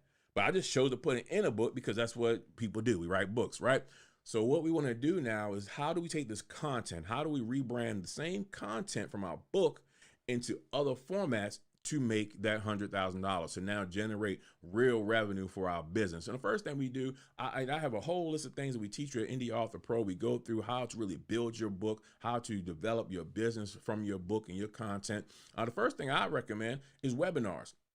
You can take your book and do a webinar based on what it is that you teach in your book. Take your top 3 points, whatever it is you want to do, and record yourself a webinar. And now you go out there and market that webinar talking about the book.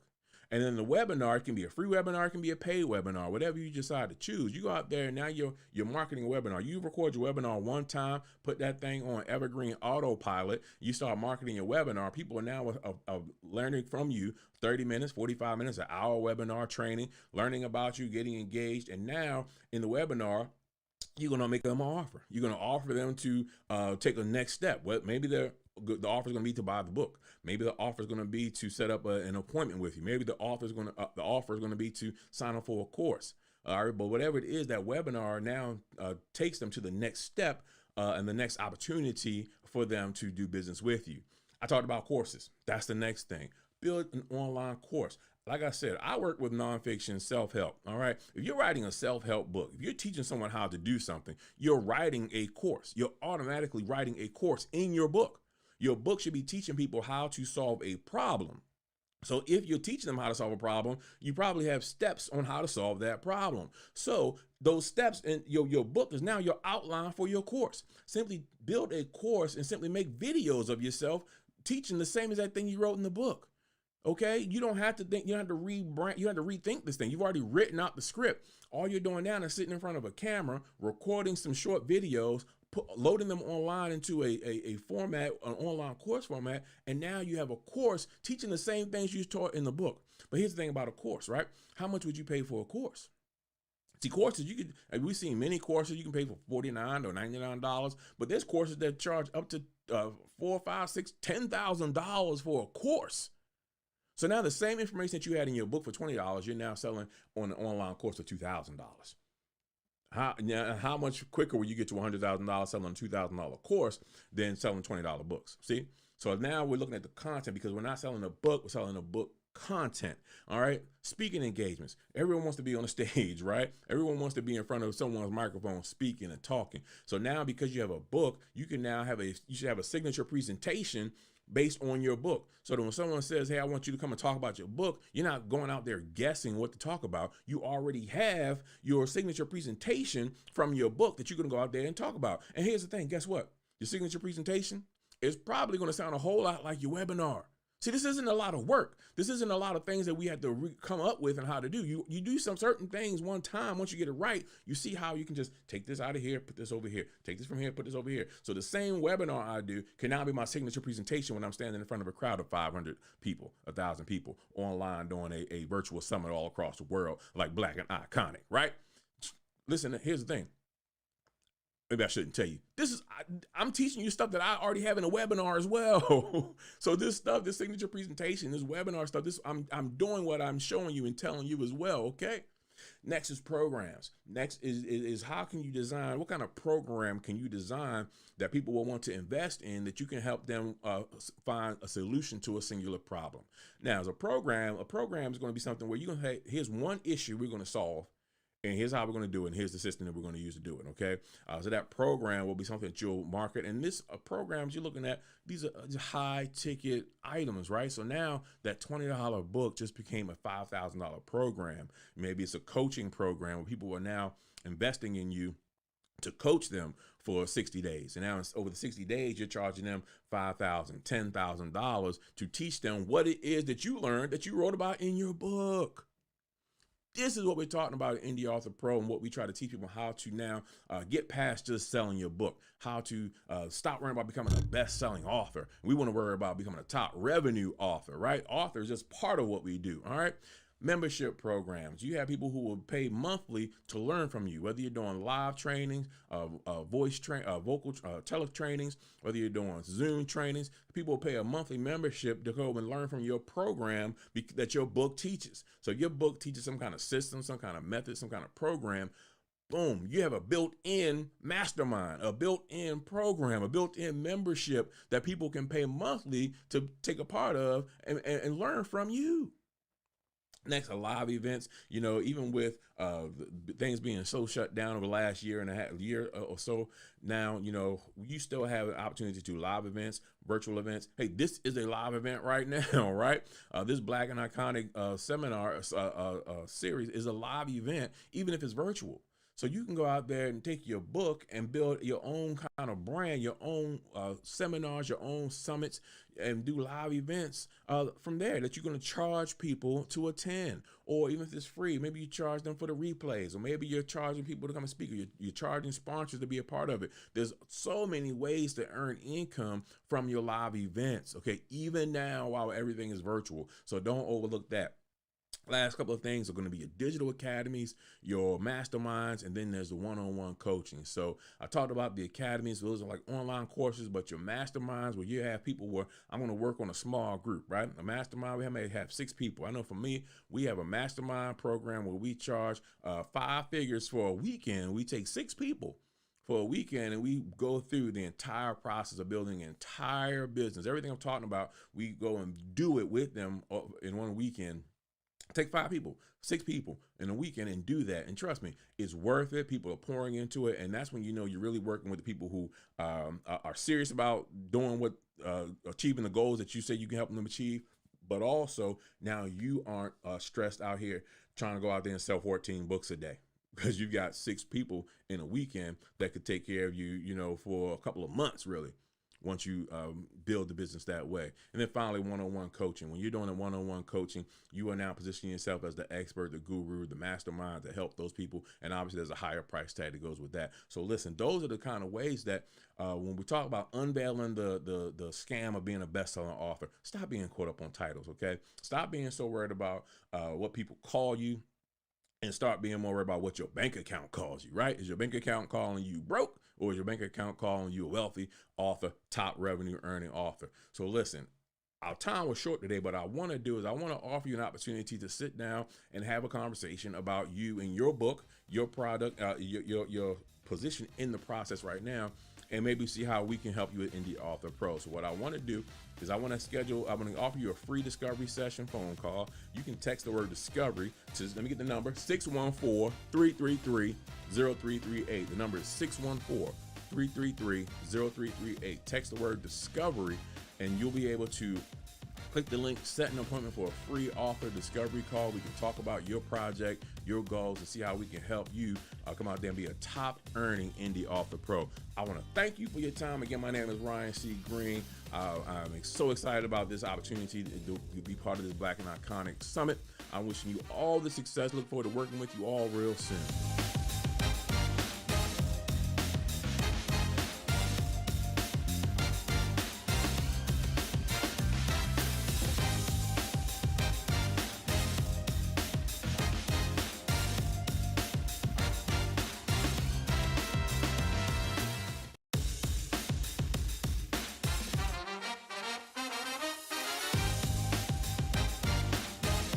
Once again, my friends, my name is Robert Antoinin, and you are listening live to BlackCEO's premier event, Black and Iconic. And this is day 4, where we have our authors and speakers showcase. And already in our morning session, you heard from Dr. Dennis Kimbro, and he brought that heat. I'm telling you, he brought that schmoo. And we're going to continue with what Dr. Kimbro started this morning with the rest of our authors and speakers who want to connect with you, collaborate with you, and help you with your business and your brand.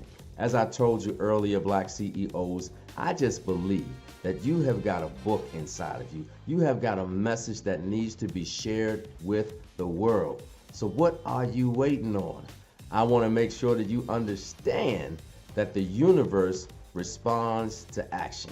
What you put out in the universe will give it back unto you. Sometimes 5, 10, and 100-fold. And I promise you that there is somebody who needs to hear what you have to say. There is somebody who wants to read what you have experienced or the message that you want to share. So it is all up to you.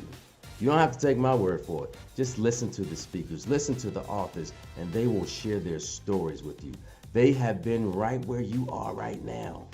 All they did was stepped out on faith. They gave it a shot, and they are now winning. And I want us all to be #winning. So stay connected, stay tuned, and watch the Black CEOs premier event of 2021, Black and Iconic.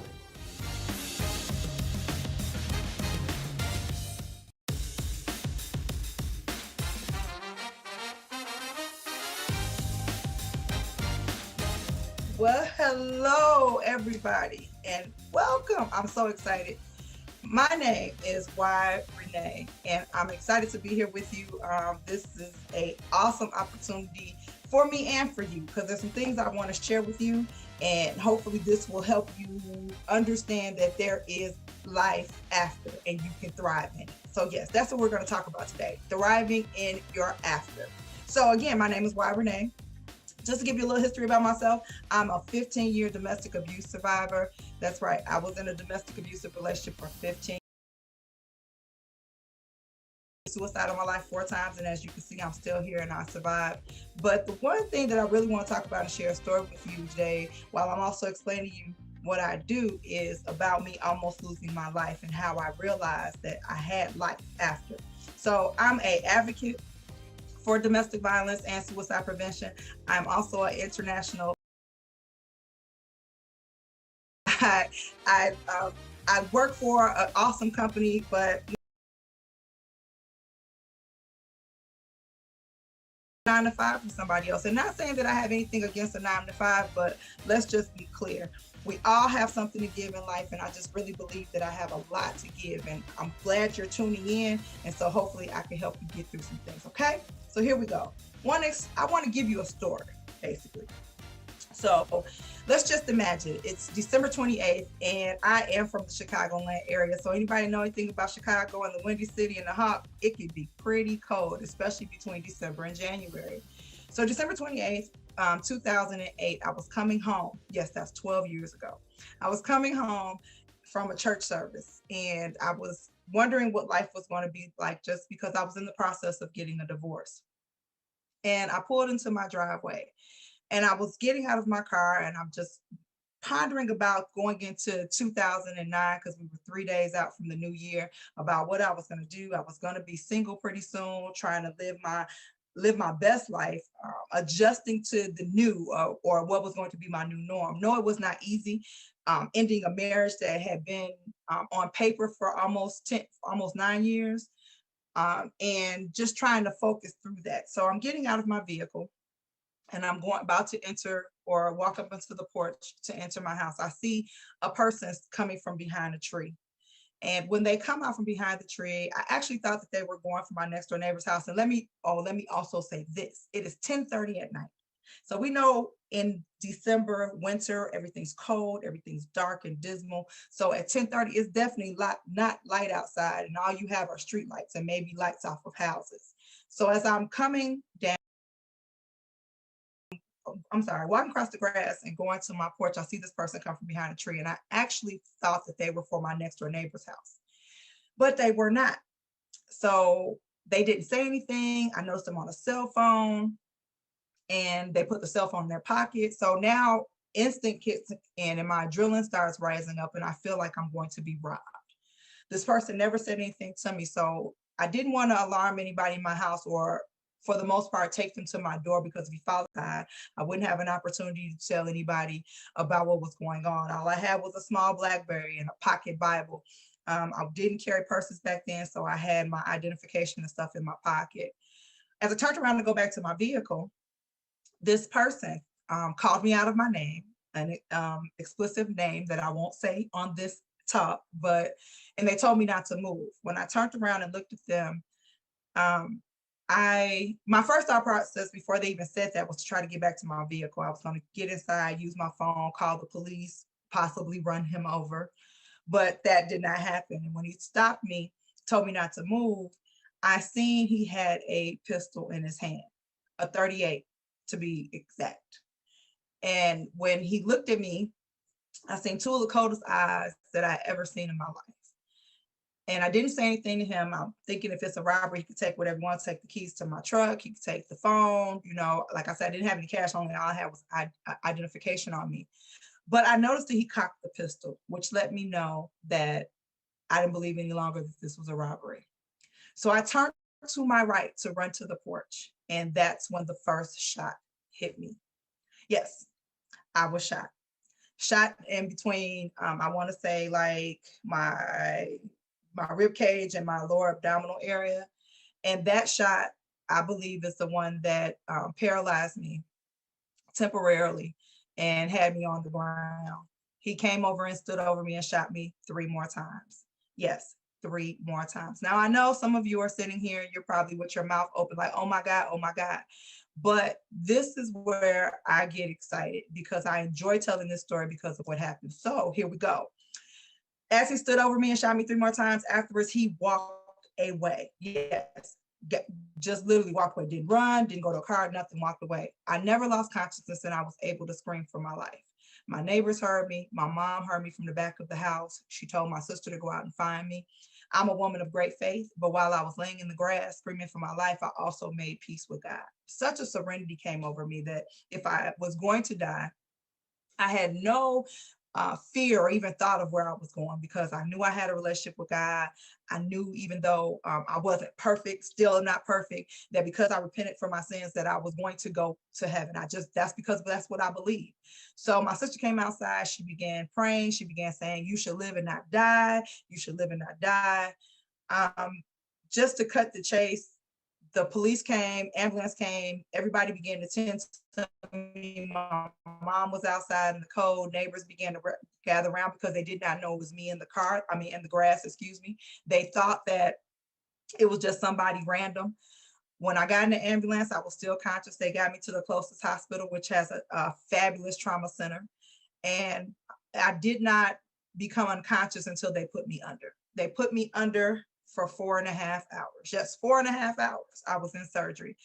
I came out and I have the notes still from my surgery to this day to prove what happened, because some people would not believe it, and that's what I'm about to share with you. Like I said, I was shot 4 times. One was an in and out, one was a graze. 2 ricocheted off of every organ in my body except for my heart. So my diaphragm, my livers, my kidney, all of that, my colon, my spleen. 1 bullet actually put the size of a cord in my 12th vertebrae and nicked my spinal cord, which rendered me paralyzed. So from that, I came out of it, as you can see, praise God. And I'm actually shaking my legs because I can walk. I don't want to jump up, but I can. So I was paralyzed for 2.5 days. I was up walking by the 5th day and out of the hospital by the 8th day. I tell people all the time, if you do not believe in miracles, I am that miracle. But what I'm here to share with you is not only did I survive, not only did I come out of it, not only am I walking, talking, and sharing my story with you today after surviving 15 years of domestic abuse, after being thrown out of my home, and then 2 months and 2 days later being shot by someone who was not my abuser, as I have to always say to make that disclaimer. I was actually abused by my ex-husband, but the person who shot me was not him. If you ask me, do I believe that the 2 connect? Of course, but that's just my opinion, because nothing ever connected the dots to make that happen. But going back to why I'm here before you today, after sharing that story of trauma, not just the trauma of being shot, not just the trauma of being in the hospital, not just the trauma of ending a 15-year relationship, of being abused and coming out of it. Now I'm about to be a single woman because I have to file for divorce, or I'm going through a divorce. I want to tell you that even in all of that, because I know that there has to be purpose and destiny on my life, I'm here to share with you how you can also thrive in your after. After anything, after divorce, after death of a loved one, after being sick, after losing a job, after ending any type of relationship, friendship, whatever have you, there is an after. If you're still here after the fact, there is something for you to do and something you can learn from it. I don't believe that life gives us lemons just to make lemonade. I believe that life gives us lemons so we can flourish from them, we can learn from them. There is so much power in just a lemon.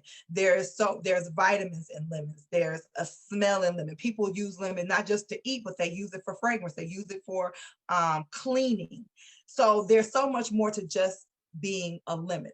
And that's what I'm here to tell you. Again, you can thrive in your after. What's thriving for me?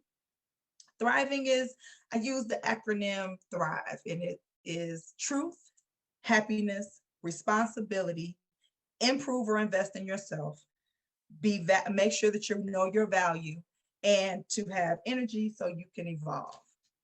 That's a lot, so I'm going to say it again.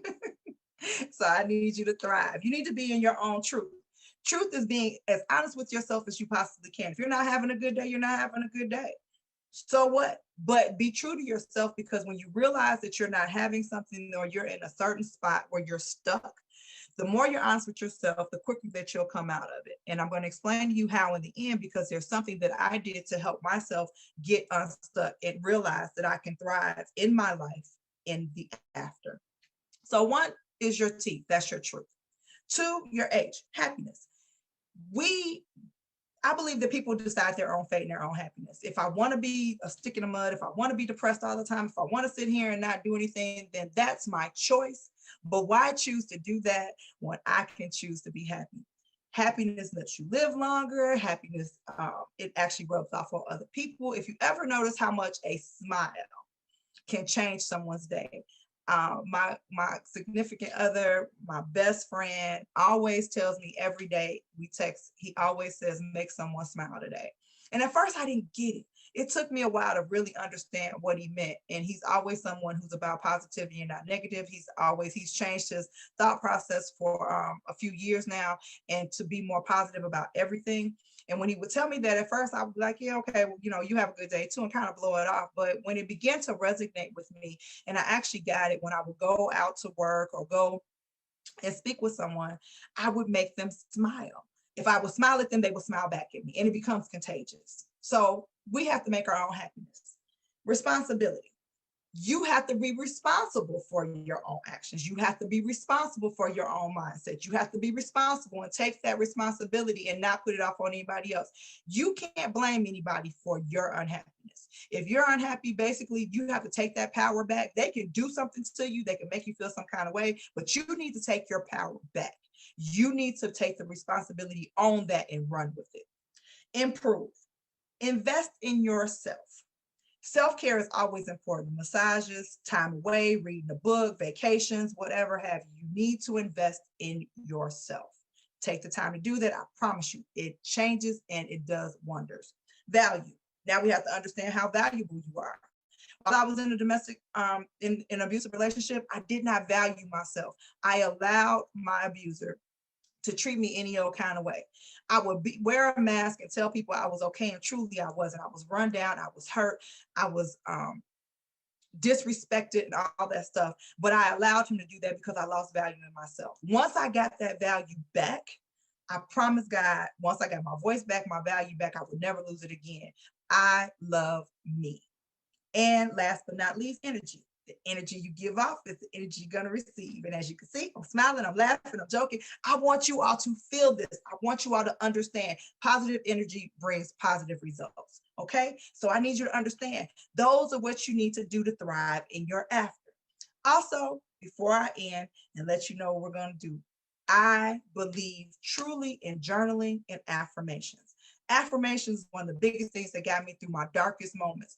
Because I can be honest, I suffer from post-traumatic stress disorder. I believe anybody who could say they've been shot 4 times, even one time, having a car accident, you suffer from some type of trauma.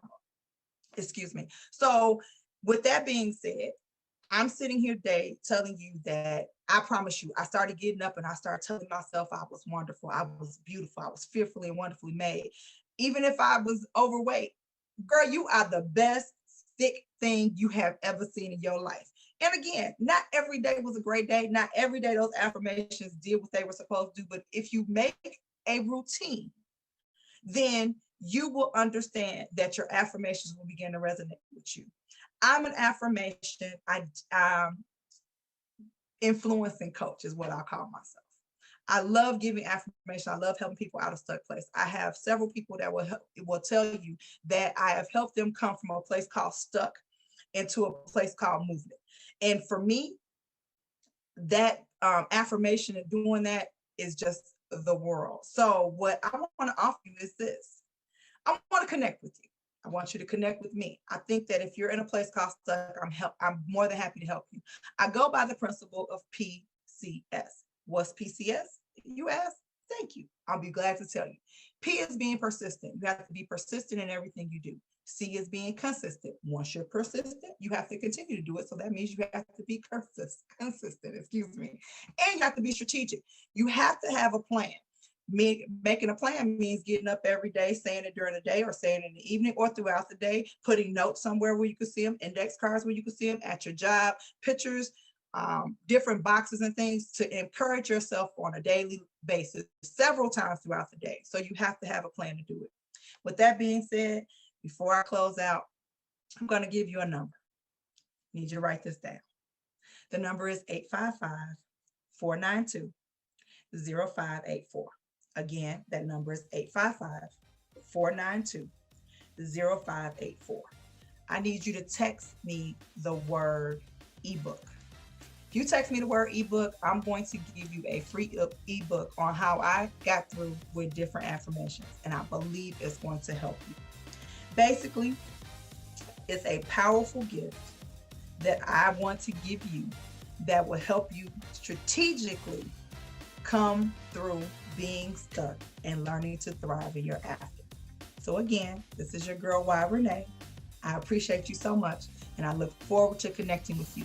Once you text me, I'll give you a link to that ebook. So thank you so much, and you enjoy the rest of the conference.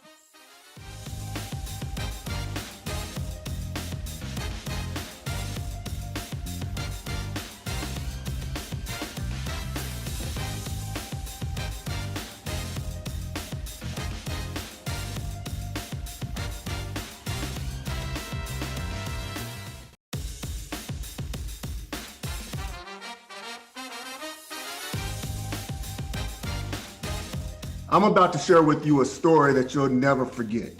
I know, that's a bold statement, but hear me out. Just 2 years ago, my amazing and beautiful wife, Malika, and I, we were celebrating our 15th wedding anniversary by taking a vacation to the Bahamas. After 15 years, we still genuinely love one another, enjoyed each other's company, and had planned this trip about 4 months in advance. And we're looking truly forward to getting away from the distractions, from the family, from the job, and just being able to reconnect. There's, a certain level of like joy and anticipation that comes with, knowing that you're going on vacation. You mentally begin to relax, and this was getting even greater because I could start thinking about how great this trip was going to be, how beautiful the beaches were going to be, just how nice this whole trip was going to be overall. Neither of us had been there before, so we were excited about to be able to have this experience and have it together. The day before the trip, I drove and dropped our son Cameron off with some family, got ourselves together, got our stuff packed, and we were ready to take off. We arrived. The first 2 days were just exceptional, phenomenal. We got to have some great food, got to spend some time at the pool, sip some fruity drinks. We were out there on the beach. Overall, we were having a great time, loving the trip and the vacation. On the third day, we had planned to go on a little boating excursion, get a little tour of the island. One of the reasons why we went to this island was because my wife, she was fascinated by the idea of going to swim with the wild pigs. This was the attraction that they had on this particular island. Just to give a little insight, last year, the year before, she had went with some of her girls to go swim with the dolphins, and she thought this was going to be a great experience to have the pigs on her list. And for me, I'm just down to do whatever to make my baby happy. So we get ready on that day, all excited, wake up that morning, 6:30, we're good. We go to breakfast, get something to eat. 8 o'clock, we're at the spot where we get picked up by a bus to go down to the marina. 9 o'clock, we're already getting ready to board the boat and start this adventure. 9:05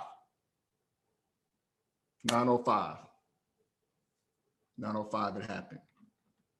What you may ask? The boat exploded. The next thing that I remembered, I was laying face down on the surface of a burning boat, trying to push myself up. But when I look down, I see my left foot dangling, ankle bone out, bleeding all over the place. I try to push myself up again and I crumble. My shoulder, I can't put any weight on it. And all I can do is start to drag myself with my right arm to the edge of the boat. There was a second boat that was nearby, and some of the passengers from that boat came over to come and grab me and pull me off the boat before the fire spread any further. They get me to safety. The next thing I know, I'm on the back of a pickup truck headed to a clinic, and all I could ask everybody was, "Where's Malika? How is Malika? How was my wife?" They said she was already on her way to the clinic.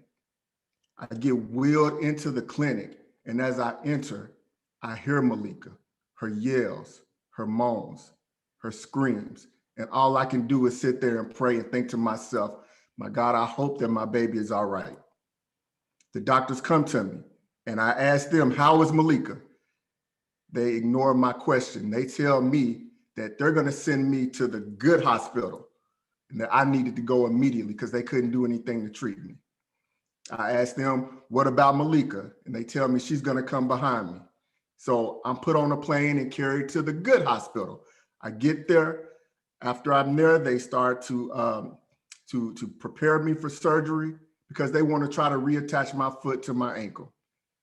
I go to surgery. When I wake up and come out of surgery, the doctors come in the room and I ask them, "Where's Malika?" The doctors leave the room. The doctors come back in. They tell me, "Mr. Jackson, we're sorry to inform you, but Malika didn't make it." I'm thinking to myself, okay, I'm trying to be positive. Malika didn't make it. That means the plane that she was going to come on must have went somewhere else. No, Malika didn't make it. She died. So I'm sitting there in a hospital bed, and I'm at my truest state of despair that one could imagine, asking God, why did this have to happen to us? Why did this have to happen to her? How is it even possible that I'm still alive? Why wasn't it me that was taken? On top of that, that next day, I had to call our son, Cameron, who was 12 at the time, and tell him, son, mom isn't coming back home. That was the hardest thing that I had to do.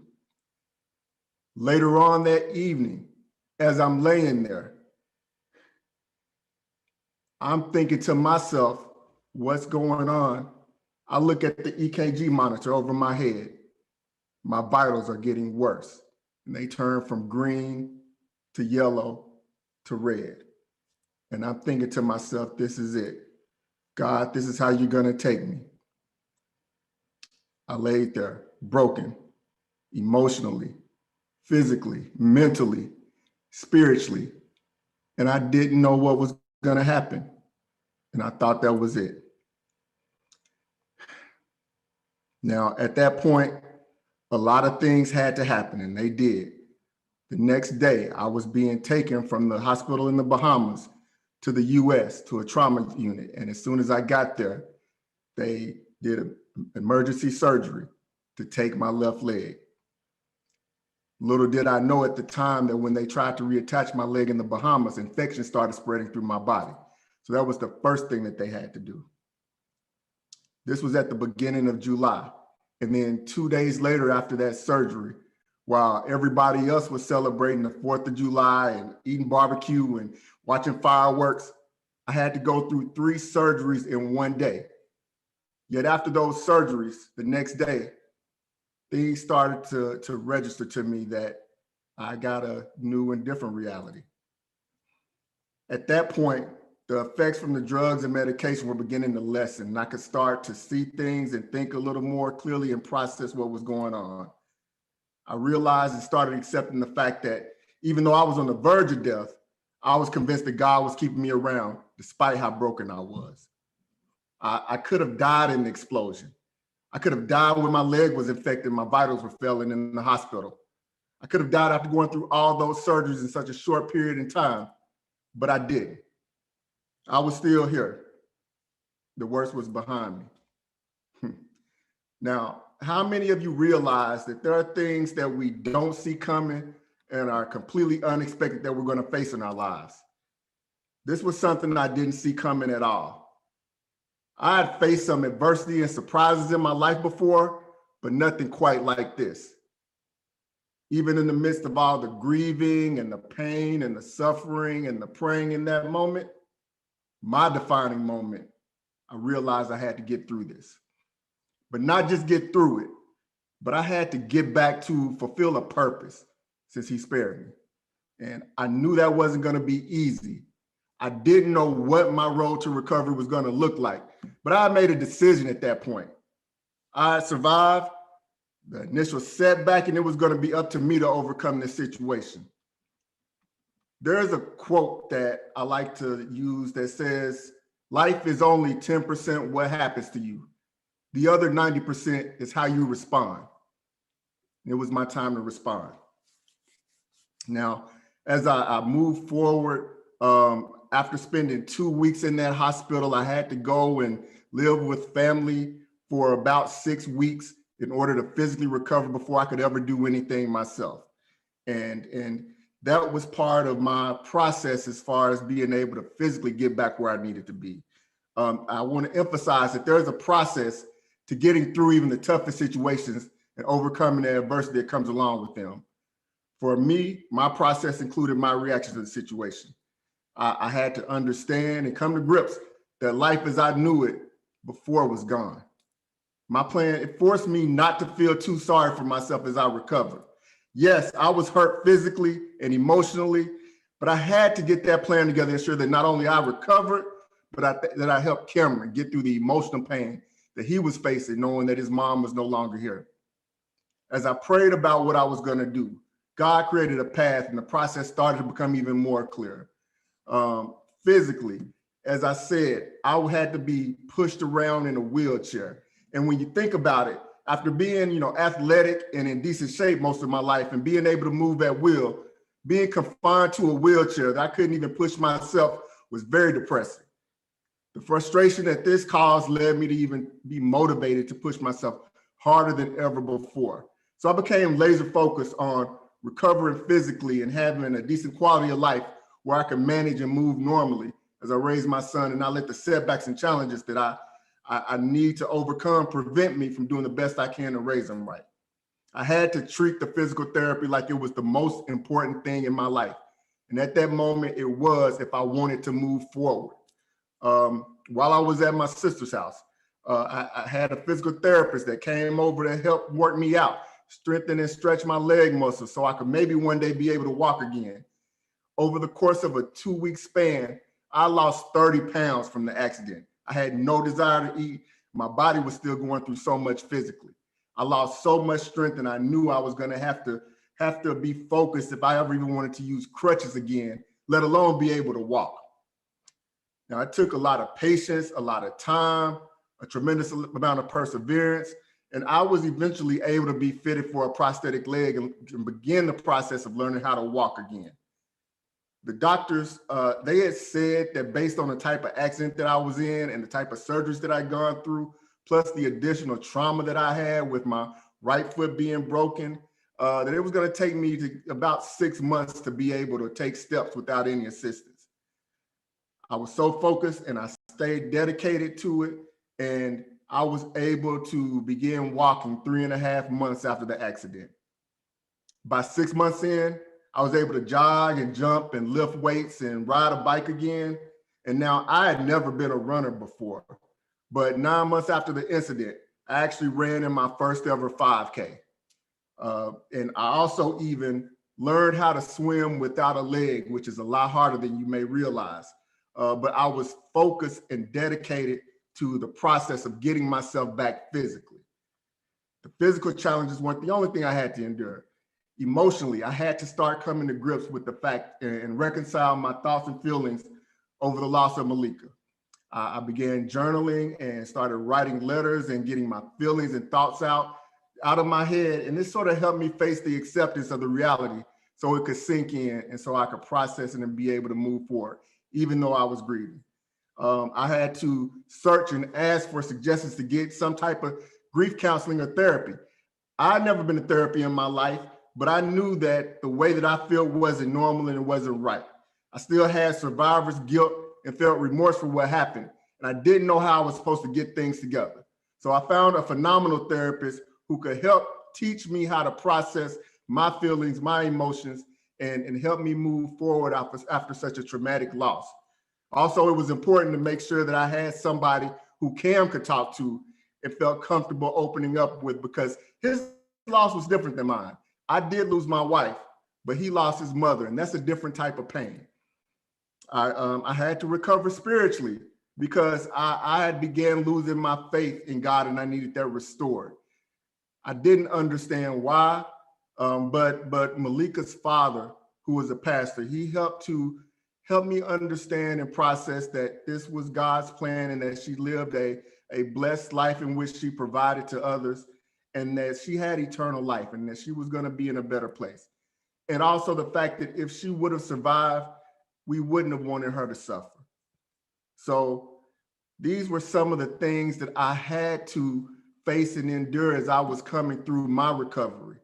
My point here is that there's a process in overcoming these obstacles, and I had to understand and find my process. Also, I want to point out that life throws us all unexpected changes. However, it's our ability to focus and persevere through those situations that can help us shift our course and get things back on track. I actually had to will myself to get up out of bed sometimes and keep my mind active because I was in a state where I couldn't move, and I saw myself going down this road of depression that I needed to fight and avoid, if at all possible.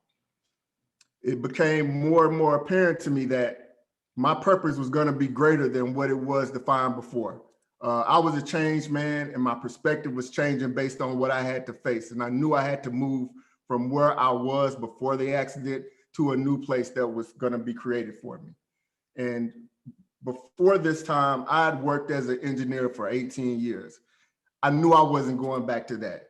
And I knew in moving forward that my path was going to take me in some place. So I knew I had to be able to move my feet in order to get there. So just being prepared to be braced for those changes when they come our way was something that I had to come to accept. One other point I want to point out is there are certain aspects in life that you can control, and you have to take ownership of those, and they'll help you bounce back from the setbacks that you encounter in life. After I got out of the hospital, I had to force myself to start my process, even though I may not have felt like it or wanted to at times. The things that I controlled, I tried to make sure I did. I can control my mindset. I could control my will to fight when things weren't going my way and not give up. I could control my attitude. Now, I know you won't always be able to control the situation you're placed in, but you can control the position that you're in when you're facing those situations. I've encountered some tremendous losses, and yet I refuse to let it prevent me from being able to move on effectively in my life. The definition of resiliency is the ability to withstand or recover quickly from different conditions. And we all have this ability to recover from these situations and bounce back. Resilience is all about being able to overcome the unexpected. Sustainability is strictly about survival. And the goal of resilience is to thrive. And I want to share with you that each one of us have a level of resilience, but you have to understand that resiliency is a choice. I want to close out by saying this. I've been at an extremely low point in my life, to the point that it's even a blessing for me to be here and talking to you all today. We all have our defining moment and challenges that we face. Now, I know some are more tragic and traumatic than others. However, in the same sense that I've been able to bounce back and overcome them, so can you. I feel like the adversity that I faced may have set me back, but it hasn't stopped me from moving forward with my purpose in life. Since that time, I've recovered mostly from the accident and the loss of my wife. I was lost and didn't know what I was going to do with my life, and things became clearer. Perspective got better and changed. Professionally, I've gotten my life back together and found something different in order to reach and touch people and deliver a message in ways that I never imagined before. And I've even had to deal with the new family dynamic, knowing that, you know, I went from being a husband and a dad to a single father with a young king in making. And part of my purpose is to make sure that I continue to raise him right. Now, there's a quote that says, it's your reaction to adversity, not adversity itself, that determines how your life story will develop. Now, I don't know where you all are in your life and what adversity you may be facing, but always remember that you have a choice in determining how you deal with it and ultimately overcome it. I'm Tiran Jackson. I'm a man who has been transformed, one who's had to close the book on what was being written with this life. And instead of continuing to write that book, my life story, I've essentially had to start a new book. And in the midst of this, I was literally burning in the flames and have been reborn resilient. I hope that I leave you here inspired based on what I've overcome, and aim that you look and assess how you can overcome the challenges that may be in your life today. Once again, my name is Tiran Jackson. Thank you for listening. God bless.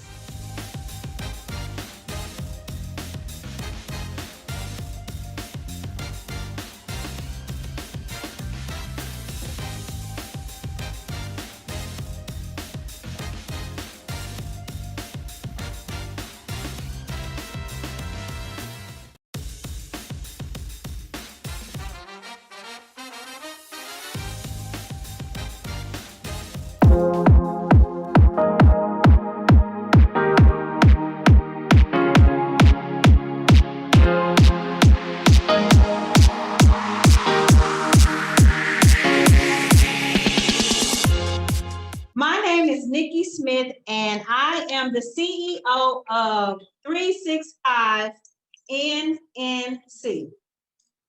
We are a coaching and branding company that helps busy business professionals have their business image and their brand reflect one another. And how we do that is today we want to show you some tips on how to always be polished, how to always be professional, how to always be prepared. We do that in a simple system.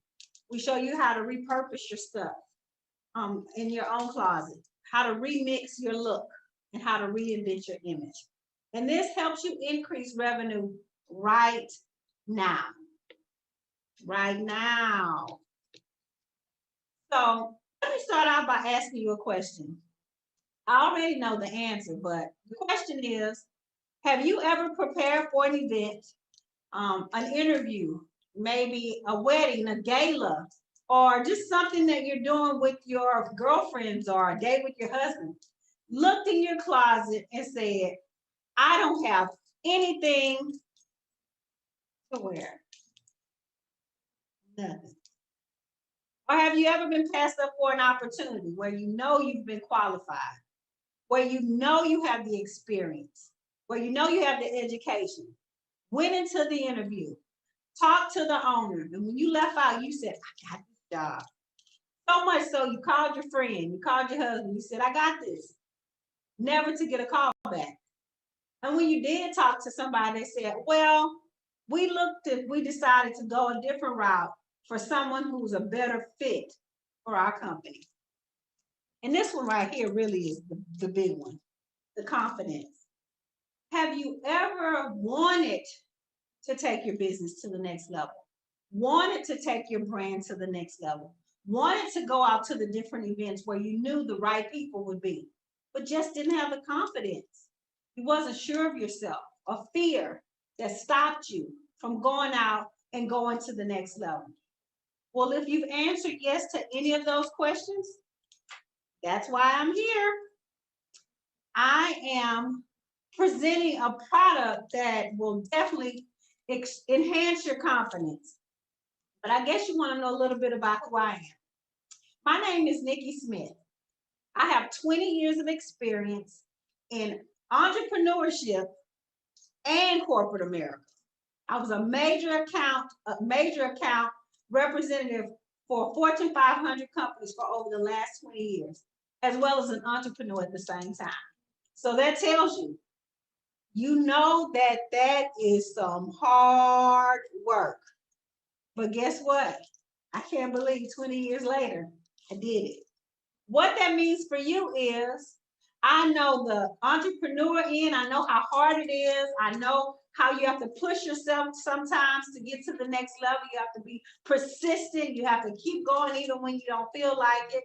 And I also know on the corporate side, I know what they're looking for. I know what they want. I know that the image precedes you even after looking at your resume. When you walk in that door, they judge you. They already know if you're a good fit or not. And I'm not just saying this. I have clients that are CEOs of $1 million businesses, $1 million companies, and they tell me all the time, I really want to promote Sally, or I really want to promote Keisha, I really want to give them the position. But they don't represent me in how they look. They don't represent me. They don't represent the company. And I just can't do it. So I continue to try to train them and help them. Not only that, I've been doing this since I was 2 years old. I had a picture, but then I said, maybe not. When I was 2 years old, I was fixing my cousin's clothes, and I couldn't even really walk. So now they tease me. You know what they say? You've always wanted to tell people what to do and tell them how to dress. And so, well, maybe it is some truth to that. But now it's my profession. Now it's my passion. I help people transform from the inside out. And image is the way I do it. I help coach them to take their business to the next level. And so when I tell you that I was built for this, when I graduated high school, I went to cosmetology school. I've been to esthetician school, aesthetics, skincare. I've invested countless hours and time in honing my craft. Not only that, actually, 10 years ago, I started my own skincare and cosmetic line, Skin Liqueur Cosmetic. That's how dedicated I've always been in the transformation of beauty and helping people present themselves in a way that takes them to the next level. So when I tell you that I'm built for this and I'm qualified for this, I guarantee you that I am. So let me tell you a story about how I got into corporate America. When I first graduated from high school, I was trying to decide, was I going to go to beauty school? And not so much. I couldn't stay in one spot for too long. So I decided to get a job in retail. I worked at this retail store for 3 years. And in those 3 years, I was promoted quickly to an assistant manager. And so while my other friends had gone off to college and started in their education, I was taking some college classes, but I love going to this retail store. I love seeing different people coming in their suits and coming in dressed up, and the women coming in their pointed toe, in their pumps with the taps on the toe. And that was something special to me. And so I would ask some questions. I would learn all about, how it was in corporate America while I was in this retail store. On that 4th year, something changed. And let me tell you what changed. My friends graduated from college. Now they were getting jobs in the careers that they'd gone to school for. They were making money, lots more money. And so I said, okay, well, since I went another route, I'm going to apply for some managerial positions. I'm going to be the manager. I'm going to make the same amount of money that you're making. So that's what I did. I applied. In that year 4, they had managerial positions at other stores. And so I said, well, maybe I didn't get it because it's at another store. Or maybe I didn't get it because I haven't gotten a degree. But then I started seeing some of the other people that got it didn't have a degree and weren't at the other stores. So then I got offended. Well, guess what? I'm much smarter than that. What I did was, and I hope this doesn't date me or age me, but we get the Sunday paper every Sunday. And in the Sunday paper, they had the job section where you would go and you would see the jobs that were coming available for the following week. So I did that. I was looking through the paper and I saw a big ad for a job fair at a company called GTE Communications. I'm sure you haven't heard about it, but you still know the company. GTE Communications is now Verizon.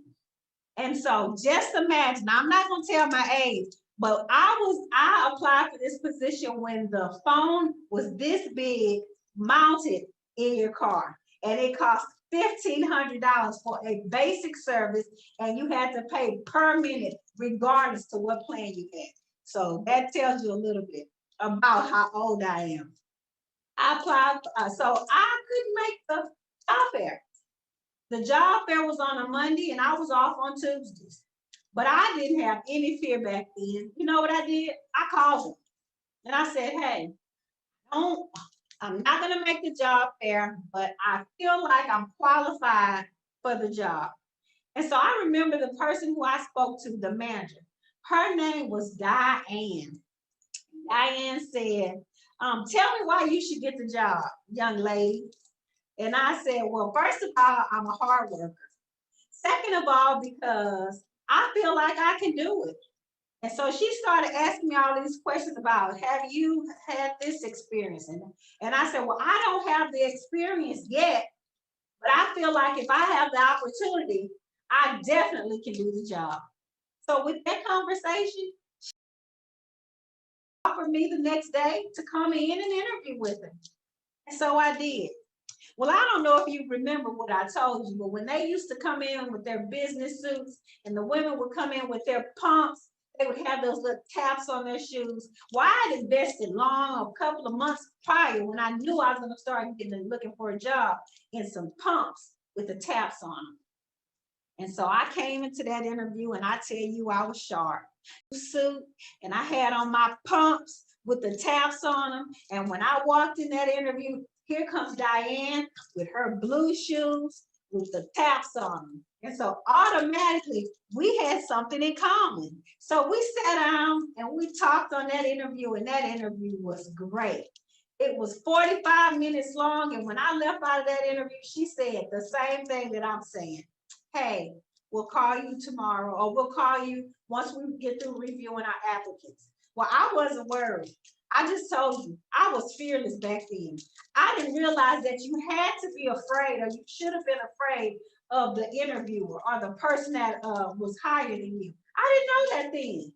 So I said, okay, well, I'm gonna interview in I have some other opportunities. And so please let me know something soon. Well, needless to say, she called me the next day and I got the job. Not only did I get the job, but this opened the door for some great opportunities for me. I have been in major account sales for the last 20 years, just on account of that one opportunity. But let me tell you something that Diane told me. 6 months into getting that job, I had become Rookie of the Year. I had already won some awards. And she took me out to lunch. She did a big hoorah. She took me out to lunch. And what she said was, I'm going to tell you something, young lady. You weren't qualified for the position. You didn't have the experience for the position. But what you did have is you had the confidence for the position. You were bold. You took chances. You didn't really fear me. And that's what the other more experienced people did. Not only that, your energy was great. You made me feel something exciting. Your energy was great. You made me feel excited. You made me understand that it doesn't always have to be your experience. Number 3, I checked your references. Your reputation was good. Everything that you said about yourself, it panned out.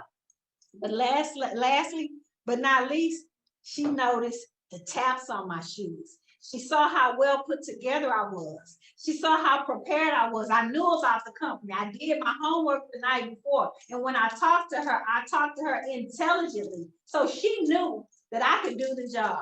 And I did. And I did it well. But let me tell you what that means to you.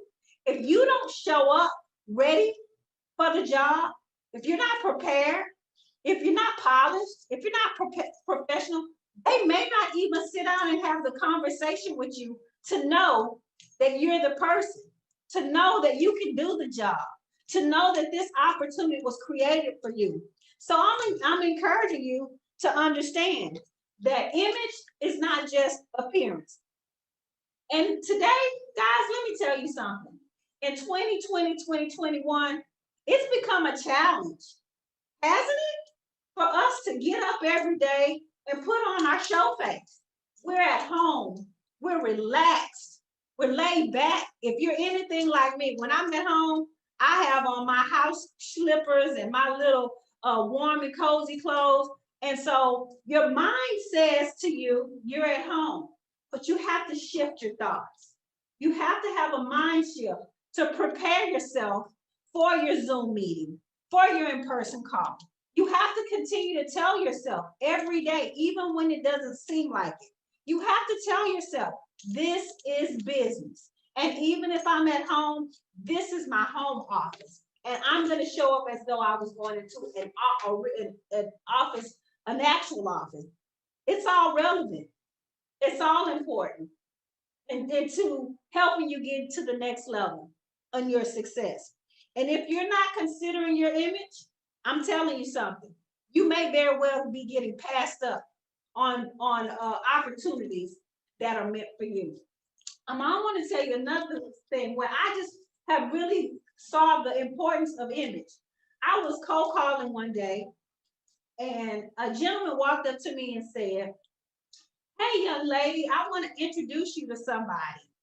And I thought it was a little weird because I was in my corporate America job, my corporate America outfit, and he was a little more casual. Well, he said, "I want to introduce you to this lady named Toni Harris Taylor." Now, Toni Harris Taylor is an international speaker. She has a networking company, and she's a business coach. But not only that, she's a go-getter. She is the kind of person that makes things happen, and she does it in excellence. And so the guy kind of told me a little bit about her, and I was like, well, sir, I don't think this is a good fit for what I'm doing.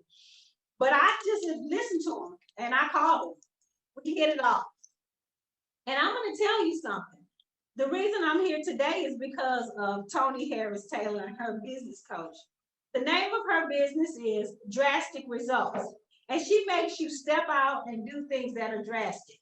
So she has encouraged me to get on this platform. But I would have never been able to do that if the gentleman would not have felt comfortable with me and he didn't feel like I had something to offer, something that stood out. Well, I'm going to tell you what it was. It was my image. I was well put together. And I knew when I talked to him and I talked to her that that's what sold me on him. The other thing is, let's make the case of professional attire. Professional attire. In today's society, professional attire is a combination of casual and business professional. You don't have to have the two-piece suit on and the tap shoes like I did back in the day, but you still need to have your things well put together. You know why? Because we're too casual.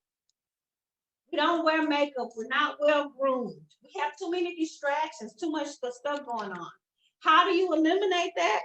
You always show up professional. You always show up groomed. You always show up and present yourself as the well packaged. You always are, as much as possible, remove some of those distractions. And the other thing you need to know is you are the main event. When you show up, people should know that you have something that they need. And no matter what that is, you have to come in the room as though you're the main event. No one has to tell you you're the main event. We all have gifts and talents that are inside of us that have to come out. The other thing is dress casual, dress down without being too casual. And so today I just want to show you a real quick example of how to do that. You can take a pair of slacks, a t-shirt, put it on with a scarf, put these pants on, and you look polished. You look professional. And you can take this same shirt, these same pieces, and mix it with any of these pieces in your 30-day capsule. The 30-day capsule is something that we teach here at 365 NNC, and how to always be prepared, polished, and professional. The other thing is accessories. Keep it simple, but have your accessories on. They show your personality. They say who you are. And so I encourage you to do that. And the last thing I want to tell you is color. Color, there's a philosophy behind color. Color means something. Color glows. It shows you who you are. But not only that, it shows the world. It has a message. The color red means prosperity. It means good luck, good fortune, boldness. The color blue means positive. It means strong. It means power. It means confidence. And so I don't know if you watched last couple of weeks ago, Michelle Obama walking through that door, her and Barack, and she had on this burgundy bad pantsuit. Well, let me tell you, that was intentional. That pantsuit, burgundy, is a combination of red and blue. So her message that she wanted to send to the world is, we're bipartisan. We're together. We're on one accord now. And that's what those colors meant. And so you have to understand the psychology behind colors. And that's what we teach you. We teach you body type. We teach you what works well for your body, what colors work best for your brain. Me, Nikki Smith, at 365NNC@gmail.com, www.365NNC.com, or you can see me on the gram on Facebook, 365NNC. And lastly but not least, give me a call. My phone number is 830-558-1242. 01. Thank you so much for your time. I look forward to hearing from you and refresh, repurpose, and reinvent your image so it can help you increase your revenue now.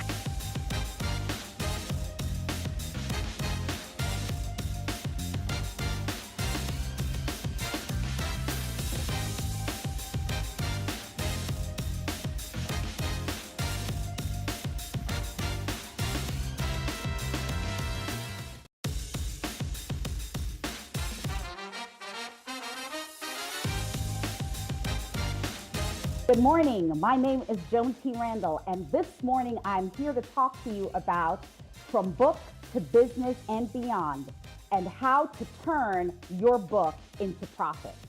My priority, this is my husband, Bill Randall, and when I think about priority, that's who I think about, my family. These are my 4 children. We are a blended family, 3 daughters and a son. And then these are my 5 grandchildren, the love of my life. And I call them my super priorities. My why. What is my why? You know, there's a lot of people that say their why is their business or their family or, what they want to do, their legacy. My why is the people that I am called to serve. That's who my why is. And here is just a few of the screenshots of the people that whose lives I try to impact or are impacting. Who am I? Well, my name is Joan T. Randall, and I have to say this, I'm an ordained elder first and foremost. I'm a wife, I'm a mother, I'm an international speaker, I'm an award-winning multi-best-selling author, I'm a business coach, and I'm an independent publisher. What do? Glad you asked. I help spiritual thought leaders and individuals of faith to write and publish their story, their message, and or their expertise so they can leverage their books to build a business, monetize their impact, and create legacies. Now, I wanted to show you some social proof, and these are just some of the places I've been featured, or I've been in the paper, or some places that have featured me for whatever reason. I love it. So this is just my social proof. Today, I'm going to show you what I learned after the fact. I am showing it to you so that you can get the right concepts from the start. So let's get at it. First question I want to ask you, are you ready to learn? If you are, wherever you are today, I need you to put a 1 in the chat. Are you ready to go to the next level? Well, if you are, I need you to also type a 2 in the chat. And if today is the day that you will kick fear down, then I want you to type a 3 in the chat, right? Because fear will not stop us from walking out our purpose. Now, business for you is all about psychographics, right? And I'll break that word down a little bit. Psychographics, that's what business is for you. So your goals, your ambition, right? Your wants, your needs, your motivation, your hopes, your dreams, your aspirations, problems to be solved.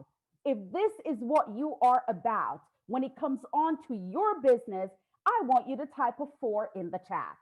All right, now we're going to get into it. Business for the client. We are all here because we want to serve our clients. We're all here because we're purposed to give our gift to the world. We're all here because we are in business, right? And the people that we're in business with is called the consumer. So business for our client, when we think about their needs, right? The consumer needs, they want the best product and service at the best value. That is their need. And who will they buy it from? And can you give it to them the fastest? So that's what you always have to think. That's what you think about in the forefront. How can I get me to be seen as the resident expert for what my client need? And how am I going to give it to them the fastest? Now, before you launch a product or a service, you should think about the 4 key market principles. I like to talk about the 4 key market principles because it is so important that we understand it, right? From a level of success. So number 1, specialization. Number 2, differentiation. Number 3, segmentation, and number 4, concentration. All right, what is specialization? Well, it is your specialty. What do you specialize in? Who is it for? Can you get it to them timely and efficiently? And why is that they must get it from you? Why is it that you are the person that they should choose? That's your specialty, right? The next one is differentiation, your competitive advantage, your secret sauce. What makes you stand out from the crowd? Your superiority, your unique selling proposition. What are you the best at? Or what can you become the best at, right? And so I want to break this down for you a little further. So I'm going to go back for a second because I want to point something out. When we talk about specialization, we talk about the why, right? In simplest form, specialization is the why. Now, let me just go back to differentiation. Differentiation in its simplest form is the what, all right?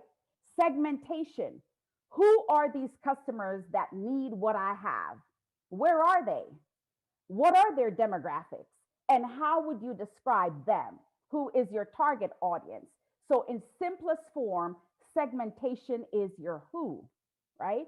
Concentration. Now, where you focus your time and resources is where your money is, right? That's a business term. Everybody knows that. Where you put your time, your energy, and your resources, there is where the money is. So, what are the best possible ways to get to your ideal audience? How do they know that you have the solution? How do they know that you have the answer to their problems? Are you a vitamin or are you a painkiller? Are you someone that enhances someone's life or do you have the remedy for someone's pain points, right? That's what concentration is. What platform will you use? How will they know you have it? How will you have visibility and credibility? And how do you appeal to them? That is the how. So I just gave you 4 basic key principles, right, to get your business out there. But I also broke it down into really simple terms. And I want to go back through them for one more time. Specialization, number 1, differentiation, number 2, segmentation, number 3, concentration, number 4. And in simplest form, it is your why, specialization, it is your what, differentiation, it is your who, segmentation, and it is the how, which is concentration. So I hope you're getting this. That is your blueprint, right? You cannot build a business without a blueprint. A house cannot be built without a blueprint. The blueprint is the basic fundamentals of how you structure and create anything that you want to do in terms of business. All right. Do not let fear stop you. You cannot let fear stop you. And I'll tell you a little story. So you're looking at someone that has overcome a ton of fear, that has overcome domestic violence, that has overcome homelessness. I ran away with my 2 daughters with 10 black trash bags years ago, ended up homeless. And to top it off, when my mom came to assist me, she ended up 8 months later dying on my birthday. I hit rock bottom. I did not know that I would have been able to even get back up. But there is something that is innate in the human being, and it is called will. I found the will to survive. I found the will to persevere. I found the will to be resilient. And I had 2 little girls looking at me every day. So I knew that no matter what I was going through, I had to get back up. And what did I have in my hand? What was it that I was good at? What did I have that I can use to my benefit? What would make me the expert at something that I love, right? So change came from me when I told myself that I was created to be the best of me. I looked in the mirror one day and I recognized that I was created in the image of God and that I had his DNA. Yep, you hear me say it right. We have the DNA of God. D, we have dominion. You don't have to take my word for that. Go to Genesis 1 and verse 20, 26, and it will tell you that. We have his name. You don't have to take my word for that. That's the N in DNA. If you go to 1 John 3 and verse 1, it will tell you that he loved us so much that he called us children of God. And then A, authority. You don't have to even take my word for that either. First, Genesis 1 and verse 28 tells you that. So when I looked in the mirror that day, if I had God's DNA, dominion, I have his name, and I have authority, then why would I not be limitless? I serve a God that has no limit. And if I am his offspring, then I am limitless, right? That was the day I promised myself that I would never say another negative thing about me, but instead love me, my flaws and all, because my Heavenly Father, that's how he loved me. And I asked him to allow me to see myself past my natural eyes, but see me the spiritual way in which God sees me. That was the image in the mirror moment that changed my life, right? I had to unlearn the negative views of my adversities and used them to my advantage. And so I started standing on my story, because I knew I had the skills and the level of service. And if I had the peace, then I was going to find the purpose, right? Stand on my story with my skills and my service, activating my peace and my purpose. All right. So what did I do? I wrote my first book in 2016. It's called 90 Days to a Victorious You. It's right there. There I am with the picture, the book, right? Within 4 hours of the launch, the book became an international bestseller. But I realized that I did something that was unique. I started marketing it. So I was telling people 6 months before the book came out that my book was coming out. And I was telling everyone that would listen to me. Visibility. I got people to listen. I got people to hear. I went to churches. I talked about it. When I launched my book in 2016, I recognized that I had something special, right? So what did I do? I started doing other things outside of the book because I recognized that the book was leverage for me to build on and build something else. And as a result of that one book, today I have a coaching program. I have this limitless lifestyle method. I have a publishing company, and I have an academy. And I want to tell you how I got there. So when you use your book as leverage, there is something called the butterfly effect theory. And what that means is that small initial differences will lead to large, unforeseen possibilities over time. So think about it, right? As you learn and as you build, right, those things, you increase your knowledge. And as you're increasing your knowledge, you're seeing things and doing things that you may never have seen last year or the year before, but now you're at a different level. And so over time, you just start learning. Over time, you start growing. And so you learn and so you grow and you build on those things. And that's called the butterfly effect theory. Small differences will lead to large, unforeseen possibilities over time, right? And so that's important for us to remember. For me, when I look at a book, I look at your next level, right? I look at your next level. Now, there's a lot of people that tells you that you have to have at least 7 streams of income to get to 6 or 7 figure, right? 7 streams of income. When I first heard that, I thought about, well, if I needed 7 streams of income, that means I may have to do a little bit here, do a little bit there, bring this over here, maybe a coach over here, a consultation over there, a real estate agent over there, an MLM over here, a financial coach over there. I was thinking that I needed to be into all these different areas. But I recognized something when I did my book in 2016. I could use my 7 stream of income from my book. I could use my book and create 7 streams of income.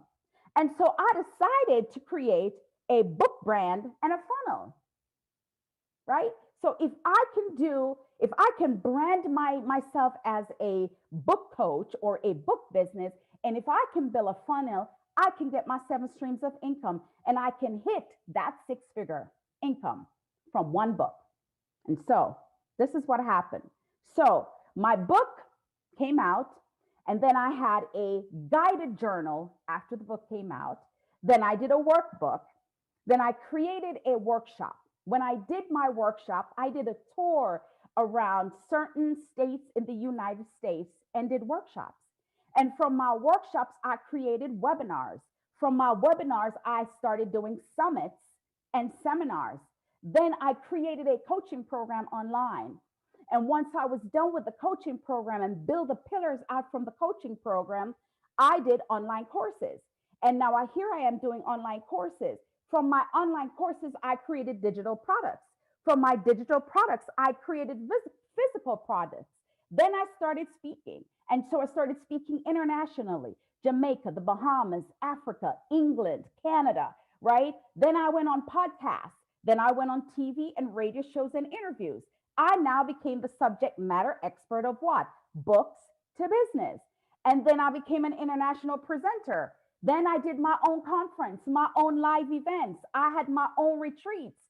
I even signed up to do business with the government. So if there is a need at a specific place within the government that need my services to train them on how to write a book and create an entire brand from a book, then guess who they're going to call? Joan T. Randall. And so that's what I did. And as a result of that, I was able to build all these additional streams of income from my one book that led me to a multiple six-figure business. All right. So, and you don't stop there, because I wrote a second, third, fourth, fifth, sixth book. As a matter of fact, within 4 years, I wrote 10 books. And the most amazing thing about all of this is I get to teach others how to do exactly what I did. See, I'm going to leave you with this. I have a motto, and my motto is I learn, I love, and I lead. I learn because I'm a student, forever student. I'll never know too much and I'll never know all. And I lead and I love because I build relationships. And from that, I lead. Why? Because I want to teach others how to do what I do. I believe in each one, teach one, and bringing one along. And that's what I'm going to leave you with today. I hope you enjoyed this presentation, and I hope you got some great gems and nuggets from this. Limitless.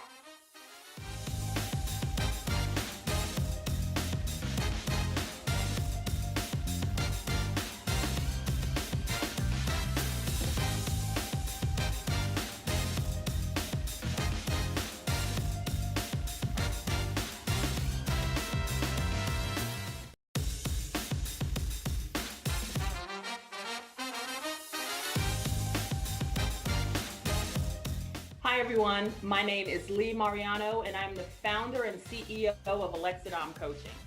So I'm here with you today because I want to share with you that it's time for us to stop apologizing for our success. So I'm sure you've heard the expression, sorry, not sorry. Maybe you've even used it once or twice. Now, it may feel unnatural to live your life unapologetically, to do what you want, when you want, and how you want. But let's be real. We tend to live our lives at the mercy of others, seeking to please everyone else so that we can feel liked.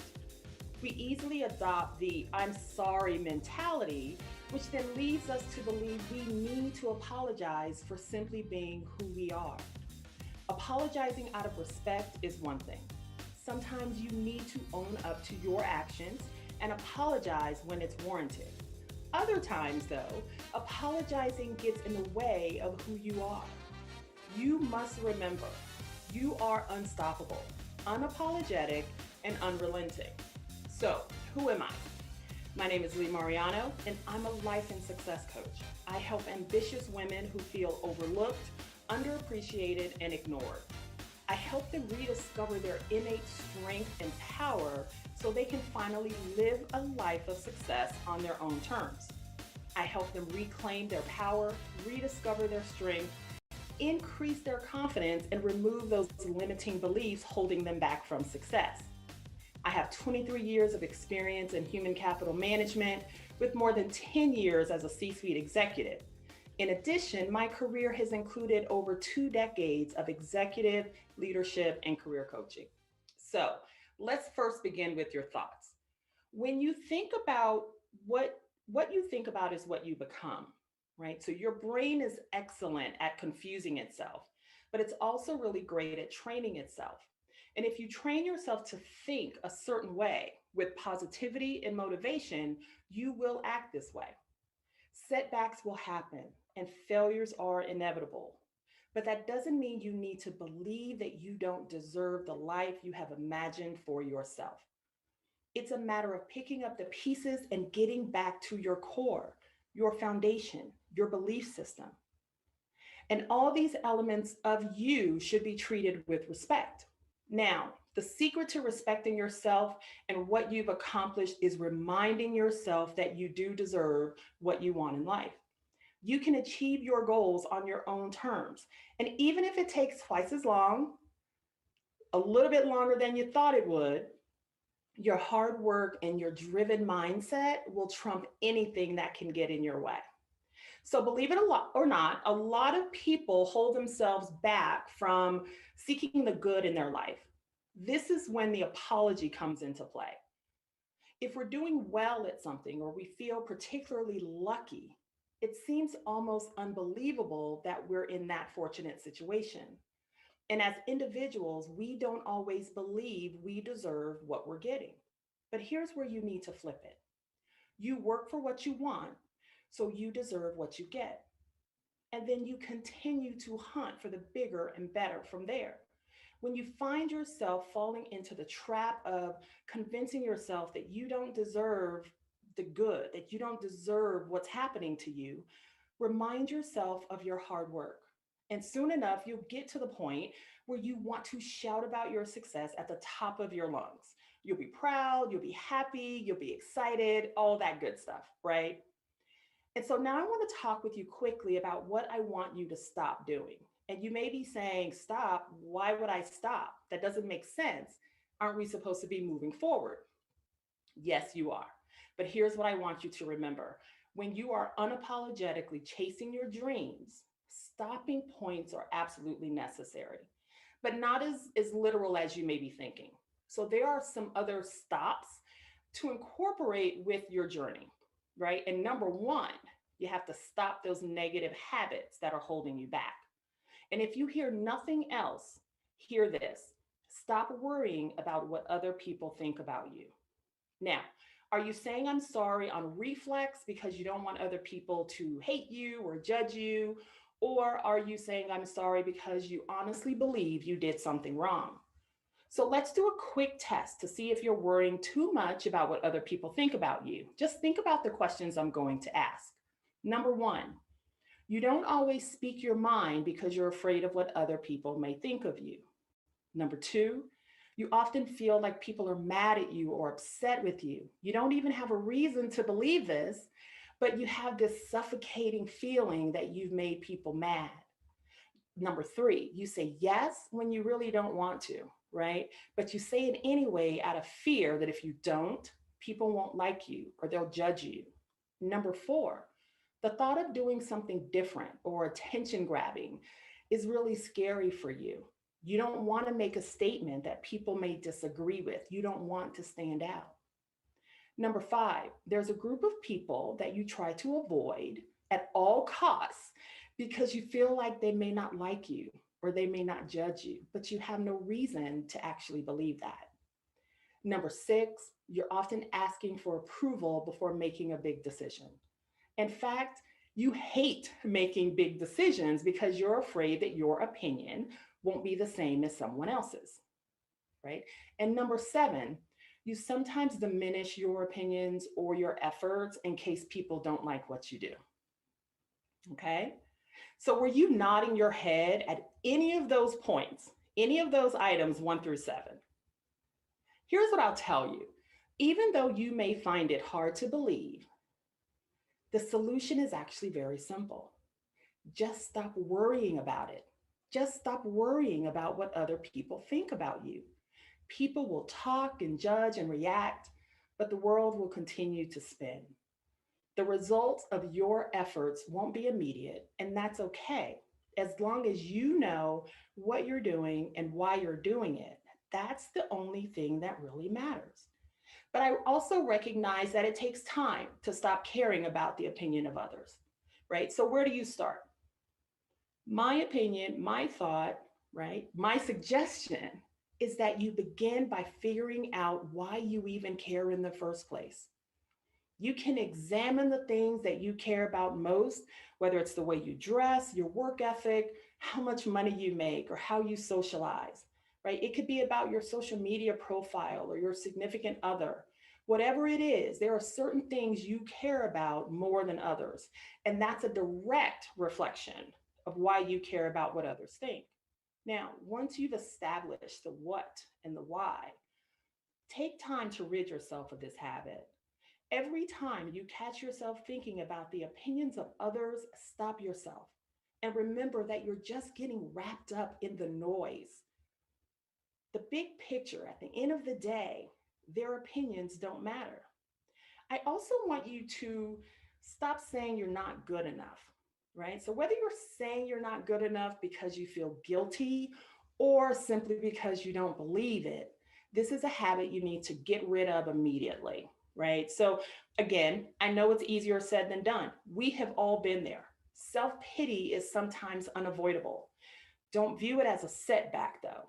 Instead, use it as motivation to get yourself out of the funk.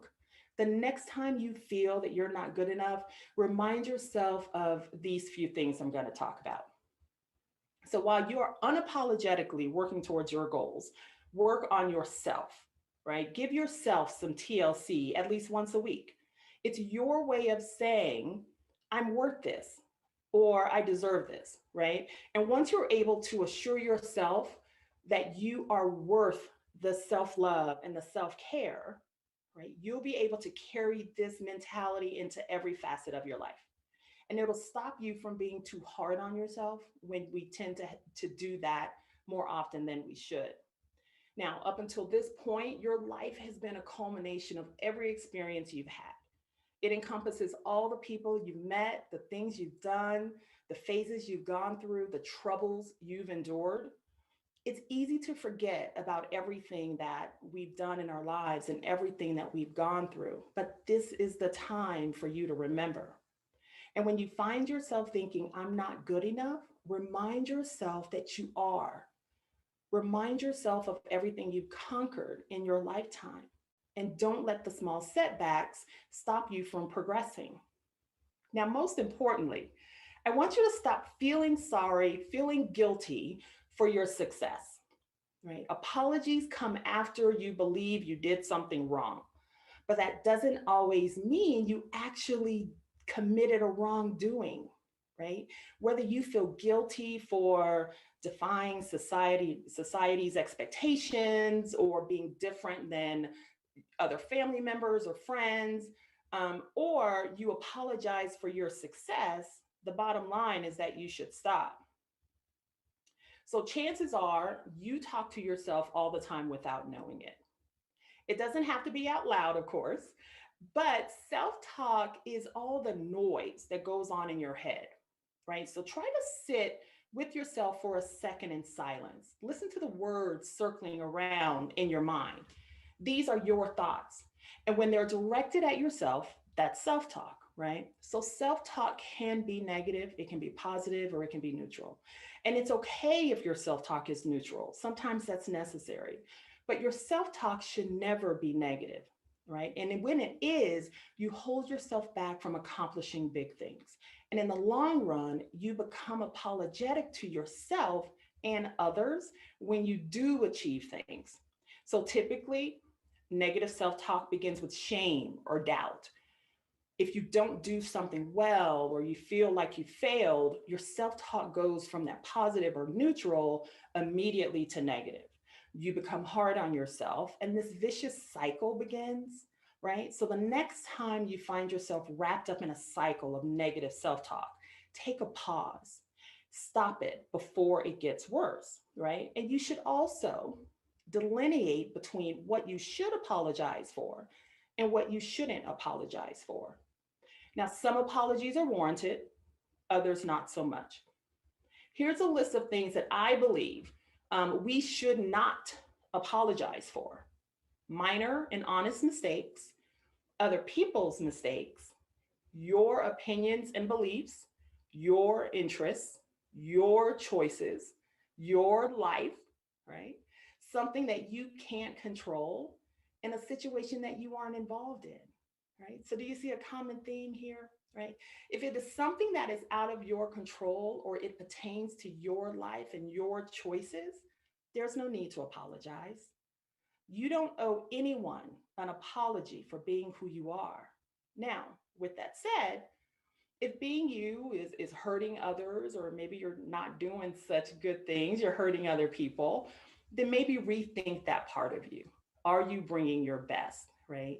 There's no excuse for hurting other people intentionally. And if that is the case, then maybe you do owe some people some apologies.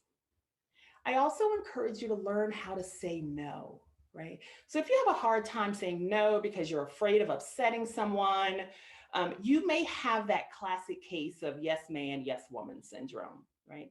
And this may seem completely unrelated to apologizing, but the two are connected in more ways than you might think. So saying no is scary because you don't want to make anyone upset or mad at you. You want to be able to please everyone, even if that means stretching yourself and going beyond your own personal bandwidth just to make others happy. So try to get comfortable with saying no when you can't do something.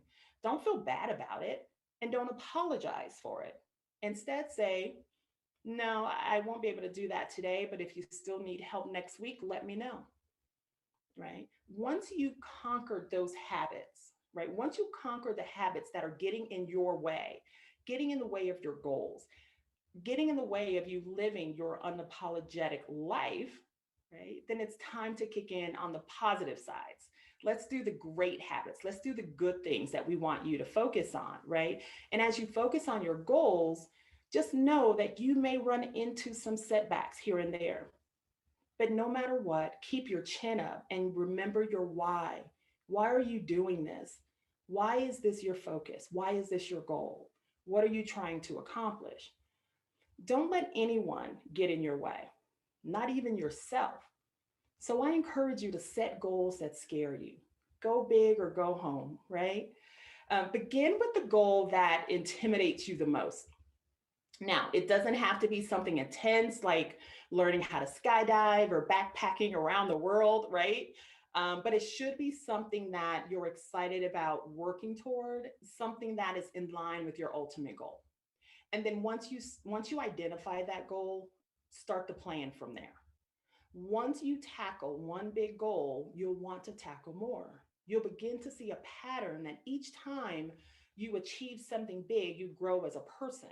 You learn more about yourself and you change for the better, right? So sure, there'll be some bumps along the road, right? But anything worth having, anything big, bold, and bodacious, you're going to have some bumps along the way. You're going to take risk, right? But with the greater risk, right? Lofty goals, big goals, audacious goals, there do come the more significant accomplishments, right? And the next step I would encourage you to do is to focus on being yourself unapologetically, right? And what I mean by that is you have to accept yourself, flaws and all, no matter who you are, what your goals are, what your career is. You have to accept yourself. And it also means understanding who you want to be, where is your journey taking you, and being grateful for all of the changes that you've gone through throughout your entire life. Change is inevitable, and we as humans will change as well. So don't try to avoid it, right? Just understand how you're evolving and then embrace the new you. And to be yourself, right, without apologizing for it, you also need to understand who you are when no one else is around. Who are you when you're alone by yourself? Who is the real person behind the facade, behind the labels? That's what you need to understand first, right? And the reason why it's so hard for us to be true to ourselves is that we've been taught from a very young age that we needed to be something different, something better, right? Something other than who we were. And we were so focused on fitting in and meeting society standards and cultural standards that we lost who we really were, right? We're trying to keep up with the expectations of others and do what they want us to do. And all of that adds up, and we get lost along the way. So it takes time to reverse this. It doesn't happen overnight, but it is absolutely worth it. And in the long run, you'll have a better understanding of who you are and where you're trying to go. And once you know that, nothing can get in your way to stop you from accomplishing what you want, right? So that's step one. Stop apologizing to yourself for who you are. And then, of course, the next step is to stop apologizing to others, right? And you can't do that unless you do the first step. You have to know who you are and where you're going. So always take risk. Be bold. Make yourself proud first before you worry about making someone else proud, right? So a life of inspiration comes from taking chances, whether it's a big chance like investing in yourself and starting your own company, or something smaller like going for a new certification. It's something that will push you to be a better you. And while you may be comfortable with who you are right now and where you are today, you can always be better. We all can. So at the end of the day, you're not sorry for being you, and you're not sorry for chasing your dreams. In fact, you have every right to be proud of your hard work. While you're at it, take a chance, set a lofty goal, and try to accomplish it, right? It may not work out, but it will help you to change and grow as a person. Listen, we all have room to improve when it comes to apologies. I'm sorry is an overused expression, right? And we should all work towards removing that from our vocabulary when it's unnecessary. But at the end of the day, this session is about you, right? This is your journey towards fulfilling your dreams, not anyone else's, right? So I do hope that this session has resonated with you. And the next time you find yourself wanting to say, I'm sorry for an accomplishment or something great you've done, take a minute, just pause and think about why that was your first reaction. Why would you want to say, I'm sorry? There's nothing to apologize for when you're achieving your goals and dreams and living the life you want on your own terms. So if you enjoyed my discussion and would like to go deeper on this, I'd love to schedule some time for us to connect. Just send an email to alexadomcoach@gmail.com with iconic, that's iconic, in the subject line, and we can schedule a free 30-minute clarity call to discuss how we can get you where you want to be. So again, thank you so much for attending. And if you'd like to talk further, just send me an email to alexadomcoach@gmail.com with iconic in the subject line, and we can schedule some time to chat. Thanks again.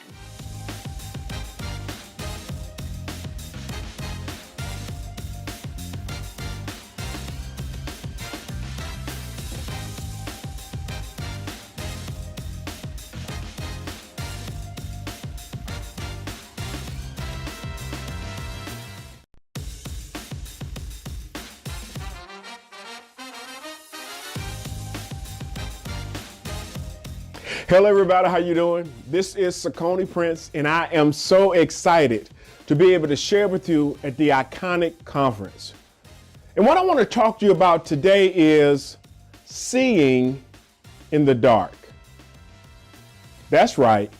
I want to talk to you about seeing in the dark. I'm an avid movie watcher. And one of my favorite movies, it really started off a trilogy. It was called Pitch Black. Now, some of you may not remember that, but it starred Vin Diesel, and this before he really blew up and really got famous. And he played a mercenary. He played more or less of a criminal that was being transported. And because of his dealings with the criminal underground, he actually paid money to get these special type of eyes installed. Eyes that allowed him to see in the dark. Now, those came in real handy because the ship that was transporting him got stuck on a planet that experienced about 6 months of darkness. And when they landed there, it wasn't dark yet, but it was getting close to that time to where they were going to go into that long period of darkness. They also had these nocturnal animals that only came out at night. And they were carnivorous. They were bloodthirsty. They were just the scourge of that planet. And when they came out, they took everything they could. They ate everything they could because they only had a limited amount of time to do that. Well, the reason I talk about that movie is because with him having those eyes, he was able to see in the dark. And the movie was called, as I said, Pitch Black. Now, when I talk about us seeing in the dark, I mean, I'm looking at the situation that we're currently in.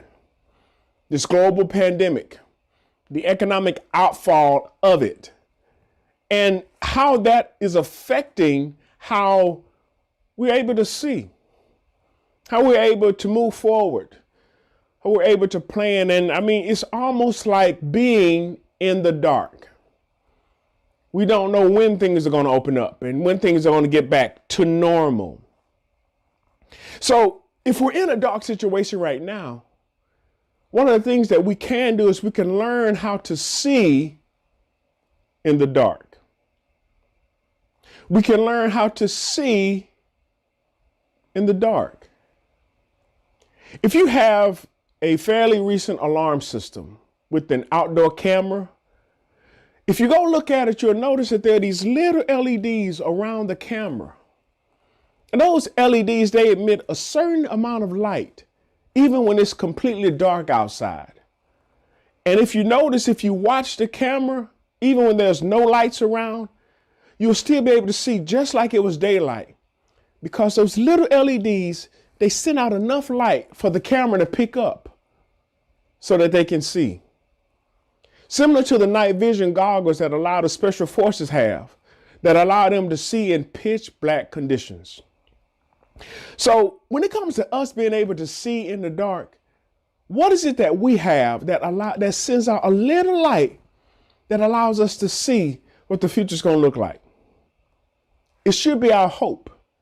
It should be our faith. It should be our imagination. And I remember what Albert Einstein said. He said, imagination is everything. It's the preview of things to come. So while we're in this dark situation, while we find ourselves having a hard time seeing, we need to be able to look beyond where we are right now and see the future that we want to have. And then once we see it, we need to start moving towards it. One thing about being in a dark room is you're really cautious about moving around, especially if there are objects in the room, because you can quickly and easily stump your toe. You can bump into something. You can hit your head on something. Why? Because you can't see. And so being in those situations, you find yourself just kind of being paralyzed and being stuck. But I tell you one thing, when it comes to you actually presenting and being able to move forward, you have to be able to see. So where you are right now in your life and in your business, with your relationships and in the situation that you're facing, can you really see beyond your current situation? Can you look to the future with hope and anticipation? Can you find yourself in a position to where you are able to move forward? And I know the way we used to move, the things we used to do before the pandemic, we're now having to reinvent ourselves. We're having to figure out how to do it differently. And I've heard so many people use the word pivot, but you have to make adjustments in order to be able to continue to move forward in your business, in your life, and in your career. Even with your relationships, there are things that you have to do to make it work, to make it better. Because without those things, you'll find yourself being stuck and stagnant and being, quite frankly, in the dark. So when it comes to actually being able to see in the dark, one of the first things you need to do is accept where you are and embrace the uncertainty. I'm going to say that again for those that are taking notes. Accept where you are and embrace the uncertainty. And I know for us as humans, one of the things that we resist most of the time is change.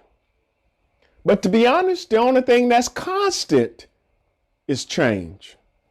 Things are always moving and always evolving. We're always changing and growing. And somebody once said that every 21 days, your body, your cells get renewed.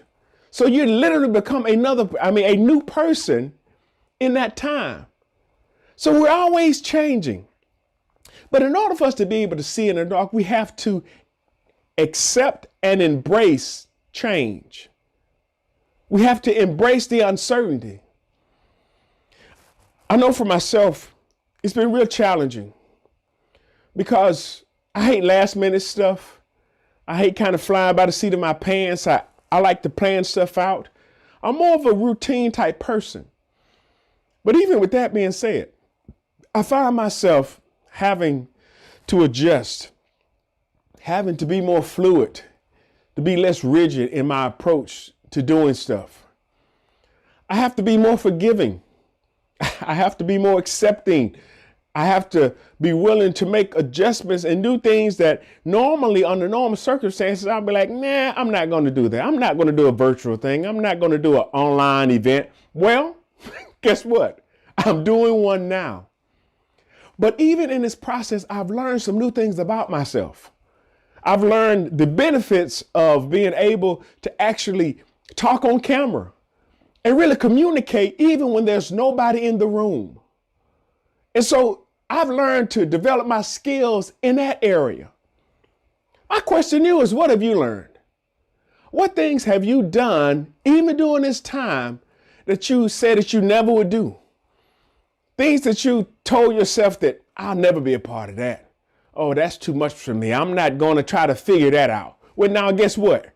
You have to figure it out, or you have to pay somebody to figure it out. Well, I don't want to be online. It's too techy. I don't have all the gadgets and everything I need. You can find yourself using your cell phone in your car to actually do what it is you need to get done. People who say they'll never go live are going live. People who say, I don't want to see myself on camera, they're seeing themselves on camera. If you want your business to survive, if you want to be able to make a difference in the world in which you live, you're going to have to make adjustments. And you're going to have to do it on the fly. You cannot wait until everything is perfect. I was telling the guy just the other night, I said, listen, you don't have to be great to start, but you have to start to be great. Again, for those that are taking notes, write that down. You don't have to be great to start, but you have to start to be great. When I first started doing my videos, I was horrible. I even went back and I deleted a couple of the first ones. I really hate that I did that now because I really wanted to show my own growth. I wanted to see where I came from. I had good content, but my delivery was messed up. My presentation was off. But I kept at it. I kept going. I kept doing it. And lo and behold, I got more comfortable. Not only did I get comfortable, I got confident. And now I'm able to deliver with the best of them. Why? Because I kept going. I saw beyond where I was. Although I was in the dark then about my abilities, about my ability to speak and to deliver, I was groping my way, but I saw where I could be. And what you see right now is the manifestation of all of those years of me putting in the work. I'm trying to get you to understand that you too can see in the dark. You can see beyond your current circumstances and your current situation. But in order for you to do that, you have to be willing to embrace uncertainty and accept where you are. That's going to make all the difference in the world. You also have to learn how to use your senses. That's right, use your senses. I started off by saying that I'm a movie buff And I love watching movies because I love seeing the stories and seeing the growth and the complexity of them and seeing how people overcome challenges in order to be able to achieve a goal. And one of those movies that I truly love is Ray Charles, the recent one with Jamie Foxx, where he played the legendary and iconic musician. Well, in the movie, one of the scenes where this guy asks Ray, how is it that you're able to navigate and move around? And Ray said, I use my senses. I wear hard bottom shoes. So every time I step, there's an echo. And once I get to a door that's open, the sound changes. So what Ray did was he used his senses in order to compensate for him not being able to see. And as a believer, as a business owner, as a person that believes in themselves and that wants to be better than they are right now, you have to be able to use your senses. Even when you can't see where it is you're planning on going, you have to be able to connect with individuals that will help you in those areas that you can't see. And when I say use your senses, I mean evaluate people for where they are and for who they are. Look at their track record and their history. You want to build synergy and you want to build collaborations with people who have been steadfast even during this time. Just because the world pushed pause on life, there's several people that kept going. They made adjustments and they kept moving forward. And so you have to identify and see those people and see how it is that you can help each other, how you can work with them and actually be the person that connects with them so that you both can benefit. Using your senses is not just your physical senses, but the people that you're around, the people that you're connected with, using them to see, okay, what is it that you're doing now?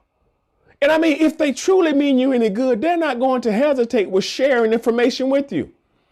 I have learned so much being stuck in the house that I've actually developed several skills that I didn't even know I had. I poked around with certain things and found out stuff that has really just made a difference in stuff that I'm doing moving forward. So I use what I have to get what I want. And I'm doing all of this even while I'm in a dark place.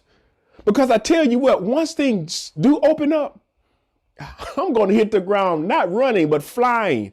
I may not even hit the ground. I may just take off because I've learned so much even during this time. And so while you're in a dark situation, while you don't know how you're going to move forward, while you don't see it, you should be able to see it. Mcneil said you have to see it before you see it or you'll never see it. So I want to encourage you to be able to look beyond your current circumstances and actually move forward, even though you can't see it with your physical eyes or even with your mental understanding, but you have to be able to look beyond just what you see. And that brings me to another point that I really want to make, that you can start moving forward. You can start moving if you see it in your imagination. If you see it in your imagination. If you see it in your imagination. You have to be able to see beyond your current circumstances. Again, I know it's dark. I know it's uncertain. But if you ever got to the point to where you acknowledge where you are, accept it where you are, and then you embrace the uncertainty, you'll find out that there's another person. There's another person in you. There's a person who thinks on their feet. There's a person who is motivated to go further. There's a person who doesn't want to give up. There's a person who doesn't want to quit. If you just look with your imagination, you can shape your own future. I remember one time I did a TED talk, and it wasn't actually on a TED stage, but it was a TED type of talk where I talked about don't go with the flow, direct it.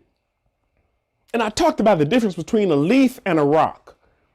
If you drop a leaf in a river, the water's going to take it anywhere it wants to go. If you drop a rock in the river, it may sink to the bottom. But one thing I guarantee you, is that when the water gets to the rock, guess what? It's going to go around the rock. So are you a leaf or are you a rock? Are you going with the flow or are you directing it? Even in that same video, I talked about how if you dump a truckload of leaves in the river, it's going to take them down the river. I mean, one or two may get stuck somewhere, but for the most part, they're going to go down the river. But if you dump a truckload full of rocks in a river, it's going to redirect where the river flows. And if you dump enough of them, it will dam the river up. So my point is this, that you have a choice, whether you're going to just go with the flow or direct it. When it comes to you seeing in the dark, you have to be able to see beyond your current circumstances to the point to where you're ready and you're willing to move forward, even though you can't understand how you're going to make it. But you have faith. You believe that you can do better, that you can be better, that you can achieve more. And not just by yourself, but you see other people that are moving forward. You connect yourself with them and you move with them. I love what Trevor I say. He said, we'll run with 100, but we won't drag one. That means that when you find people that are going somewhere, get with the crowd, go with them and do your part to help them get to where they need to be. But don't drag anybody because that's just weighing you down. You have to make sure that you put in your work. You know, talking about seeing in the dark, I remember when I was a child, I had this glow in the dark baseball. And I would take the ball in my room. And when I, especially in fact, after it had nightfall had happened, and I had to come in the house, because you know you had to be in the house by the time the street lights came on. I took this ball in my room and I would turn my light on. I would stand in my bed and I would hold the ball up to the light for as long as my little arm could hold it up there. Then I would jump off the bed, I would run over to the light switch and I would turn off the light and I would take the ball and sit it on my desk and I would watch the ball. I would watch it until it slowly faded. I mean, sometimes it may take 10, 15 minutes, but I looked at it until I couldn't see it anymore. Then I hopped up, turned the light on, got the ball, still back on the bed, and I did it again. The reason I'm telling you this story is that we have to put ourselves in a position that we have soaked up so much inspiration, so much motivation, that even when it's dark, we can still see. We can see where it is we want to go, and we can move in that direction. And if you ever find yourself like that ball fading, and you find yourself getting darker and darker, and your hopes for tomorrow are dimming slower and lower and lower, all you have to do is come around people like this. Come around people that are inspired. Come to events like this, even online. Take your ball and hold it up to the light and soak up all the inspiration, soak up all the motivation, soak up all of the knowledge, so that when the summit is over, when the conference is done, when you've turned off your computer, you have enough light in you to make another step, to move forward, going after your goals and your dreams. And you'll do it without hesitation because you've actually spent time in the presence of people who are doing the same thing. I think about a coal, a lump of coal, and then those that barbecue know that you generally want to pile all the coals up. You put your lighter fluid on and you light it, and you let all of the coals heat up together. Then once they're heated, you spread them out and then you can cook. Well, if you have one of the coals that rolls off by itself, you'll watch it and it'll become cooler. But if you take it and rake it back over to the other coals, because of the collective heat, you'll be able to evenly cook your food once you spread everything out. But you have to be a part of that, a part of that mound of coals that is on fire. And being at events like this is what allow you to do just that. So I want you to know that you can see in the dark if you surround yourself with people that are doing the same thing. If you accept where you are, embrace the uncertainty, and if you use your senses, but then if you also just put in the work. Don't let your current circumstances keep you from moving forward, because that's what's going to keep you stuck in the dark. Hey, look, this is Saucony Prince, and I want to thank you for tuning in to this presentation at Iconic. And I want you to know that you too can be iconic and you can see in the dark. I'll talk to you later. Bye.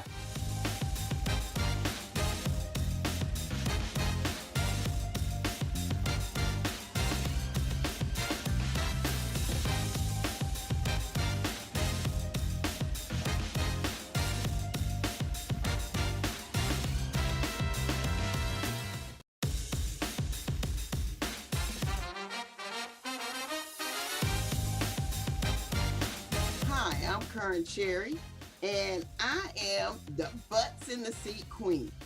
Welcome to creating your own profitable event. I am the founder and director of Level Up Summit, Power Up Summit, and I'm the co-founder of Success Women's Conference, where we had over 17,000 people last year. And so I am here to tell you to stop having big old parties and start creating events that put dollars in your pocket. So what makes me an authority on that?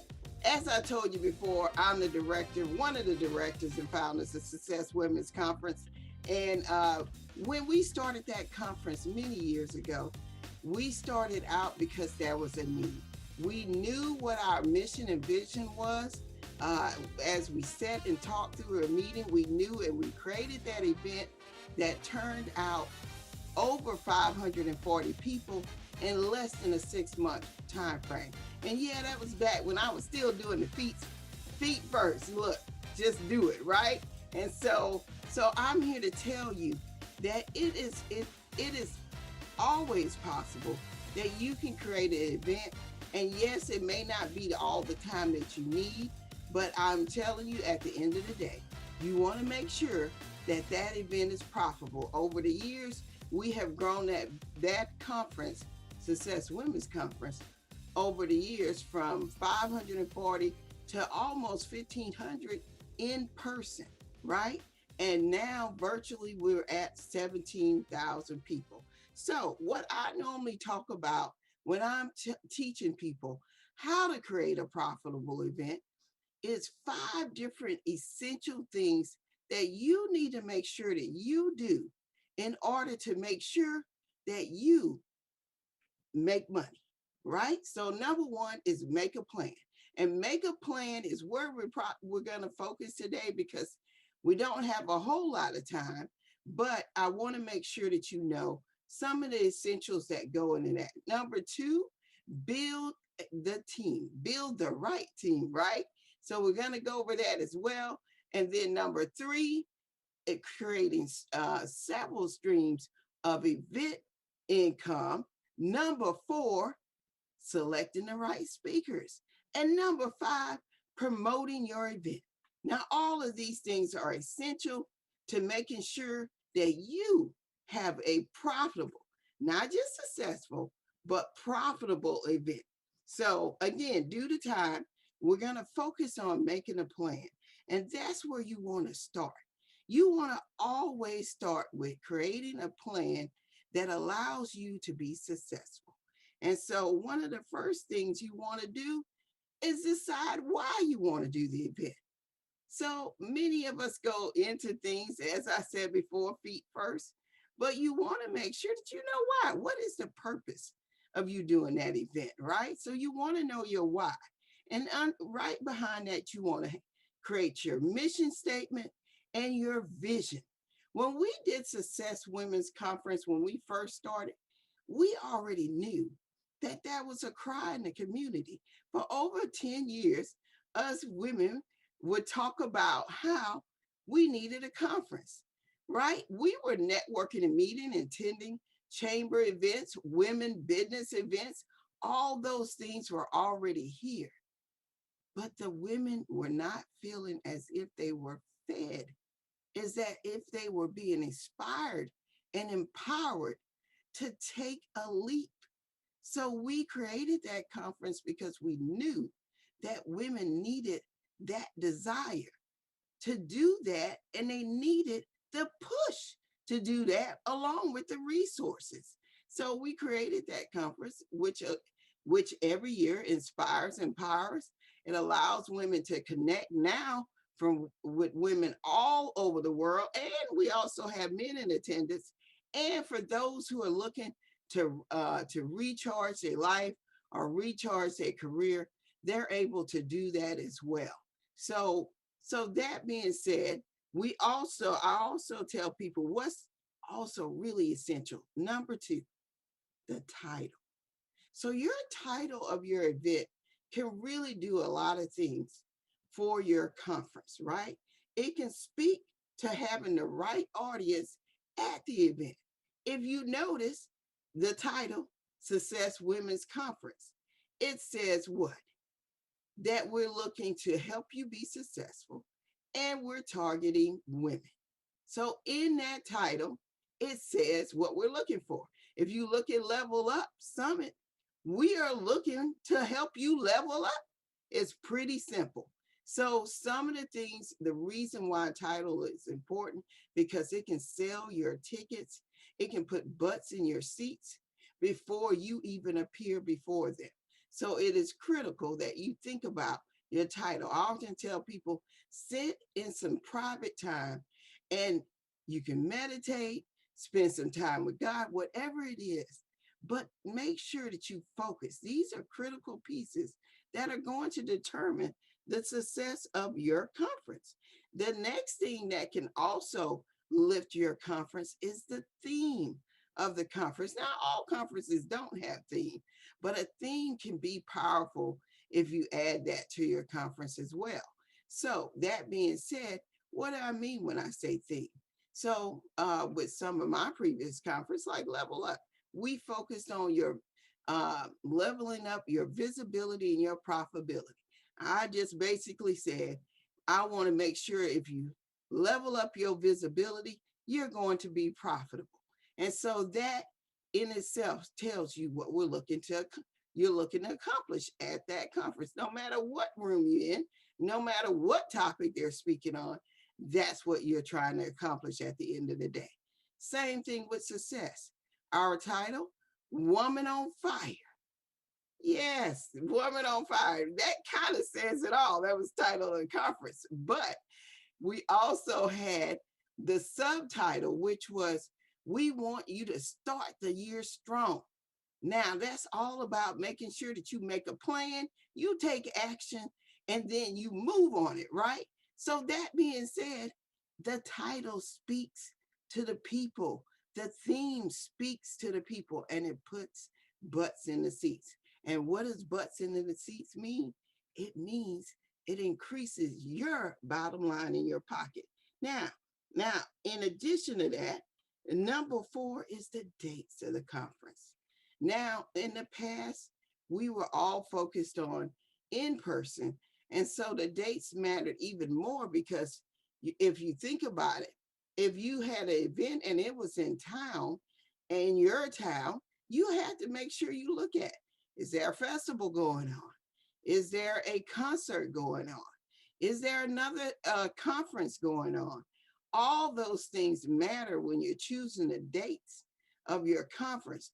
And you know what? Even virtually now, you still want to make sure that at least with the people that you normally work with, that you don't overstep each other by planning on the same dates. Sometimes it's just a little twist here and there to make sure that you can each support each other. So does dates matter? Yes, it should always be top of your list. And it is important that you look at essential places to do that. Go to tourism or look on tourism because it's all going to come back anyway. So you want to go to tourism. You want to look, if you're in a town like mine, what's going on at the casinos? Who are they bringing in? Yeah, are people going to tune in that night? Because, hey, if you got some top name singer or performer on the same night that you're going to actually run your conference, you're probably going to lose some of your audience if you're focused locally. So make sure to look at all those little details when you're planning a conference and looking at your dates. Now, number 5, Location, location, location. It will always matter. Just like in the real estate business, it truly matters in the event planning business, in the conference business, right? Because it is going to determine your success. So let's start with if it's in person. What are some of the critical things that you need to look at when you're deciding on an in-person conference? Now, I can't go over every little detail, but I can give you some things that you can look at for sure if you're planning to host an in-person event. So, and before I go through that, I want you to realize that in-person will come back in some form or fashion. So some of these tips, you're definitely going to make sure that you write down. You got to decide, is it going to be in your hometown or are you going to plan it for a different state? And when you're looking at a different state, you know, you still want to have troops on the ground to help you with that as well. Now, some places have coordinators that can help you with all the details. Sometimes you have to get somebody to help you with the logistics of your conference when you're out of state. Maybe you have a contact in that area, but it is important that you have eyes and ears that can help you with the planning of your conference as well. In addition to that, you want to see if it's a place that people want to go. You know, there are many, people love going to Las Vegas, you know, outside the town that we're in right now, New York and all those places, Florida, many places, even the area that I live in here on the Mississippi Gulf Coast, we have many casinos. So people look at that. How critical is that to your planning? It's essential if you are deciding where to host your place out of state. And I can tell you, when I was planning my conference Power Up Summit last year, it became very essential as I had planned to have it in the one of my favorite places, New Orleans. And unfortunately, it got hit the hardest during that time frame. So all those things matter. Location is always essential. Here's some of the other things to look at. Is the physical location easy to get in and out of? Is that an easy thing? Because if it's not, it's going to impact who attends your conference. You know, is there an airport nearby for the people that are coming in? And I also say you want to go a little further.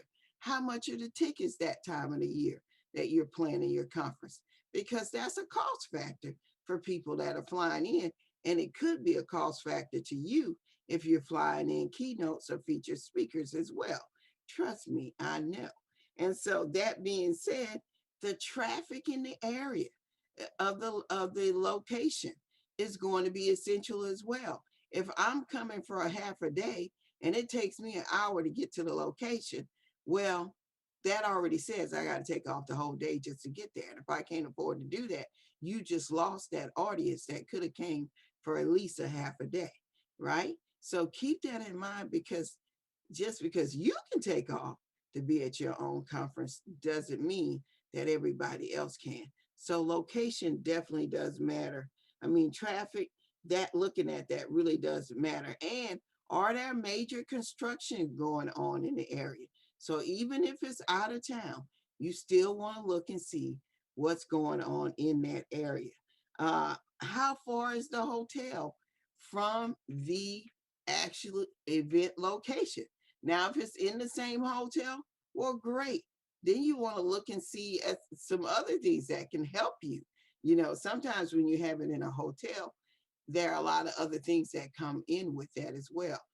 Sometimes the hotel already has flowers and things like that that can really help you with cost reduction and keeping your costs down.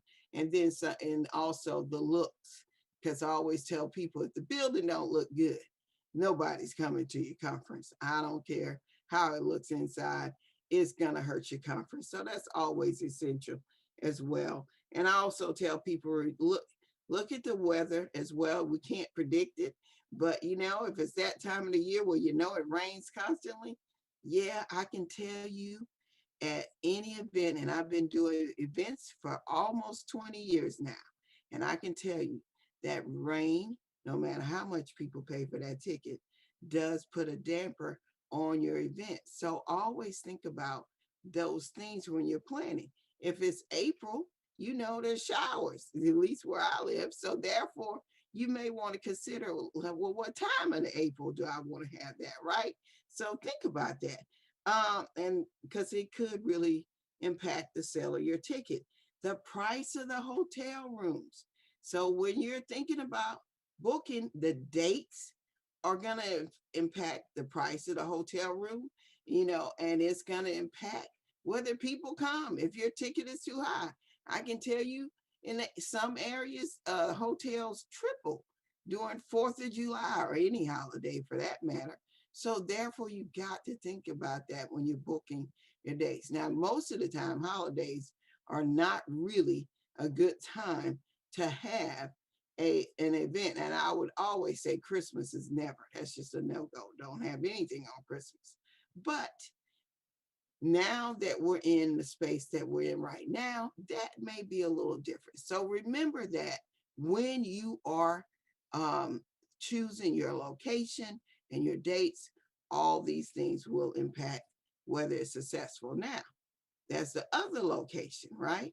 Because now, mostly we're virtual. And as I told you previously, we had over 17,000 people virtually. And I can tell you based off the fact that in person, we've had anywhere from 1,100 to 1,500, and to be online and have 17,000, any conference of that size will never get rid of their virtual side, because you can't go global as quick as you can on the digital platform. So look at conferences remaining either virtually or a hybrid, both virtual and in person. So look for that coming back, but know that virtual will probably be around a lifetime as far as I'm concerned, at least for now. So what are some of the virtual platforms that you might want to consider when you're planning your conference? And yes, these things really do impact your conference. People don't realize that sometimes, but there are a lot of things that really determines whether people think your conference is at a high level or not. So here are some of the platforms that you may want to consider if you hadn't already considered or used them before. You have, of course, Zoom. You have Hopin. You have Virtual Summit, which is also a platform. There's a new one that I've recently been connected with, AirMeet. Then StreamYard is a way to stream into some of the social media platforms. Then some people do Facebook Live. Some people do Instagram Live. And now, yes, Clubhouse. Yes, people are starting to create events on Clubhouse. I personally can say that is me as well, but other people are creating conferences inside of Clubhouse because it's conversational and it's easy for people to hop on and hop off. Now, right now, they're missing most of the market because people don't have access, but trust me, as that grow, that will be a platform to choose as well. Now, what also you have to consider, and one more platform, there's several platforms that I haven't listed, but you can also build your own broadcast page, which I love using that platform and other platforms. So I'm kind of a person that likes to use multiple platforms because you also got to consider these things when you're selecting a platform. You want to make sure if you're trying to have live interaction, you want to make sure that you have an option for that, right?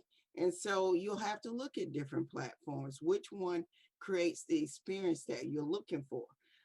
If you're trying to get a vendor experience, well, more and more conferences are trying to create that in-person vendor experience. So you want to make sure that you start looking at that. So those are just some of the things that you would need to consider when choosing what platform, whether it's in person or virtually. But know that virtually is going to be around, and in person will eventually come back. So I challenge you to make sure that you consider just some of these tips when you are planning your conference, because at the end of the day, all of it will impact your bottom line. So the next thing is, who is your target audience? Who are you trying to reach? Number one, is it a man? Is it men? Is it women? Is it both? Okay, those are just, does that matter? Yes, it really does matter, right? Number two, what race? Are you trying to target everybody, or do you want to be specific? There are months like Black History Month, you're looking, hey, that is a target audience. So you may want to do that. Could be Hispanic month, right? So that's another audience. Women History Month, the focus is women. So that being said, there are things that you look at and why you're doing the event. All this goes back to the why in the first place. So then you want to look at the age group. What age group are you looking at? And why does this even matter? Do you want a millennial? Is that your main audience? Millennials are what, I think 35, 25, somewhere in that age group. That being said, there are also the baby boomers, and then there are the seniors. But why would you look at that anyway? How does that impact your bottom line? Well, to give you an example, I being right at the back of the baby boomers, really not, but that being said, I am looking for the elite experience. People like me, I'm going to come in and I want the full experience. So I'm going to buy that higher ticket. So those are the people buying tickets. Millennials are still, as they say, living their life. So they might hop on and they might get what I call the butts in the seat ticket, that bottom line ticket. So that being said, they're going to bring in the low end. So that is impacting your profitability. So if you do a mix, for me, I like a mix. Some people like to focus on a certain area. And so it does determine where you sell and where you make money. So keep that in mind. And so that being said, next thing is the audience type. What type of people are you looking for? And what's their occupation? Are they corporate? Are they entrepreneurs? Are they moms? Is that your focus? Are they healthcare people? Are they marketing professionals? Are they HR focused, right? And when I talk about HR and healthcare, most of those are looking for CEUs, continuing education unit credits. So you want to keep that in mind too, because that draws them in even more. And then also, you might just want to focus on speakers and coaches, or maybe you're doing something just for authors. But all of that determines what's your bottom line. And the other thing is, look at the level of income. Now, all these things, you're saying, well, how am I going to get all this information in the first place? You can do a survey, and you can get that information real easy to see what impacted your bottom line. And definitely want to collect that right after your conference. So your level of income, as I mentioned before, their actual occupation as well, whether they're a CEO, head, or maybe they're just, hey, sometimes you get people that may be the secretary, but she still needs training and she still needs to be motivated. So different levels, different income. Those things will decide whether that person can afford an elite ticket, a VIP ticket, or just butts in the seat ticket, whether they come with their girlfriends or whether they're just coming along. So keep that in mind when you're scheduling and when you're planning out who is your focus, who's your target audience. Next, get your budget in line. So I'm gonna go through this briefly because I want to make sure to go over, highlight a few things towards the end. So get your budget in order is essential. And so here are some of the 3 things that I tell people to do when you're creating your budget out. And you should do this as part of making your plan. You always have the initial budget, And then as you go, you're going to change it, you're going to add to it and all those things. But this is where you want to start. You want to have a list with the columns. You want to have a column must have. You want to have a column that says would like to have. And then you have a column that says dream item, dream, something that you're dreaming about, but you might not be able to afford it, right? So what are some of the things that are really essential that's gonna be on your list if you're planning an event? Number one, your venue or your platform, in person or virtually, right? All of it costs, no matter what, you're gonna pay. So that is one of the first things that you should have on the list. So, in that being said, say if it's on the platform side virtually, one platform might be more expensive than the other. So say for instance, you may have to go with Zoom because you want to keep your budget low. Or you may say, well, I want to go with something a little more high end, like WOVA, or something like that. So that being said, and there are plenty others that I haven't listed that cost well more, or you might want to build out your own. So it's your budget. This is really important. And then the other thing is, number two, your keynote and your featured speakers. How many you have, who you have, and all that can determine, and it can blow your budget if you're not being wise. So that's why I said you have to create a list. And sometimes your keynote is a dream item. It is a dream item versus something that you can truly afford. And I can personally talk to this because you're talking to somebody who in 2019, our budget was 200,000 plus. And I personally raised over 70,000 for that budget. So I know, you can raise a lot of money. You can also spend a lot of money if you don't plan your budget out right, or if you get in a spending and you're not tapering down. Because sometimes you just have to cut things off and go without, but keep in mind when you're booking a keynote, it's not just a keynote. Sometimes they have an assistant, sometimes they have a tribe, sometimes you have to put limitations, so that you can control that. And the same thing with featured speakers. So make sure that you keep that in mind when you're planning your budget. But when picking the keynotes and the feature, they must be relevant. I don't care how popular they are or how somebody that was on your dream list you thought was all that. If they haven't spoken in the last few years, they're probably not relevant. Do they have a tribe? Do they have people that are really following them, not somebody else's site? Do they have their own site?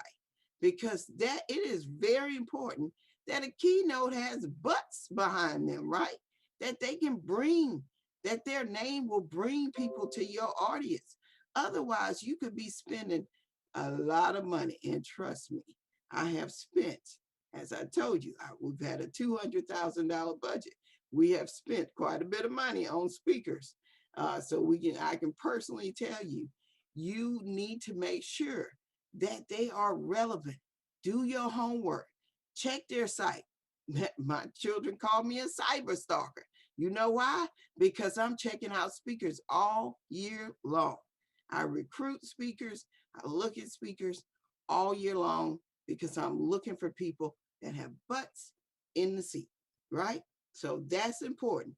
They are your ambassadors. They are, if they're featured speakers, they really should be helping you promote as well, because that's going to help bring more dollars to your bottom line. And it's going to help them bring dollars to their bottom line as well. So keep that in mind when you're picking speakers. What else is essential is marketing. Marketing is essential to your budget. And if you don't put it in your budget, it is going to impact your bottom line.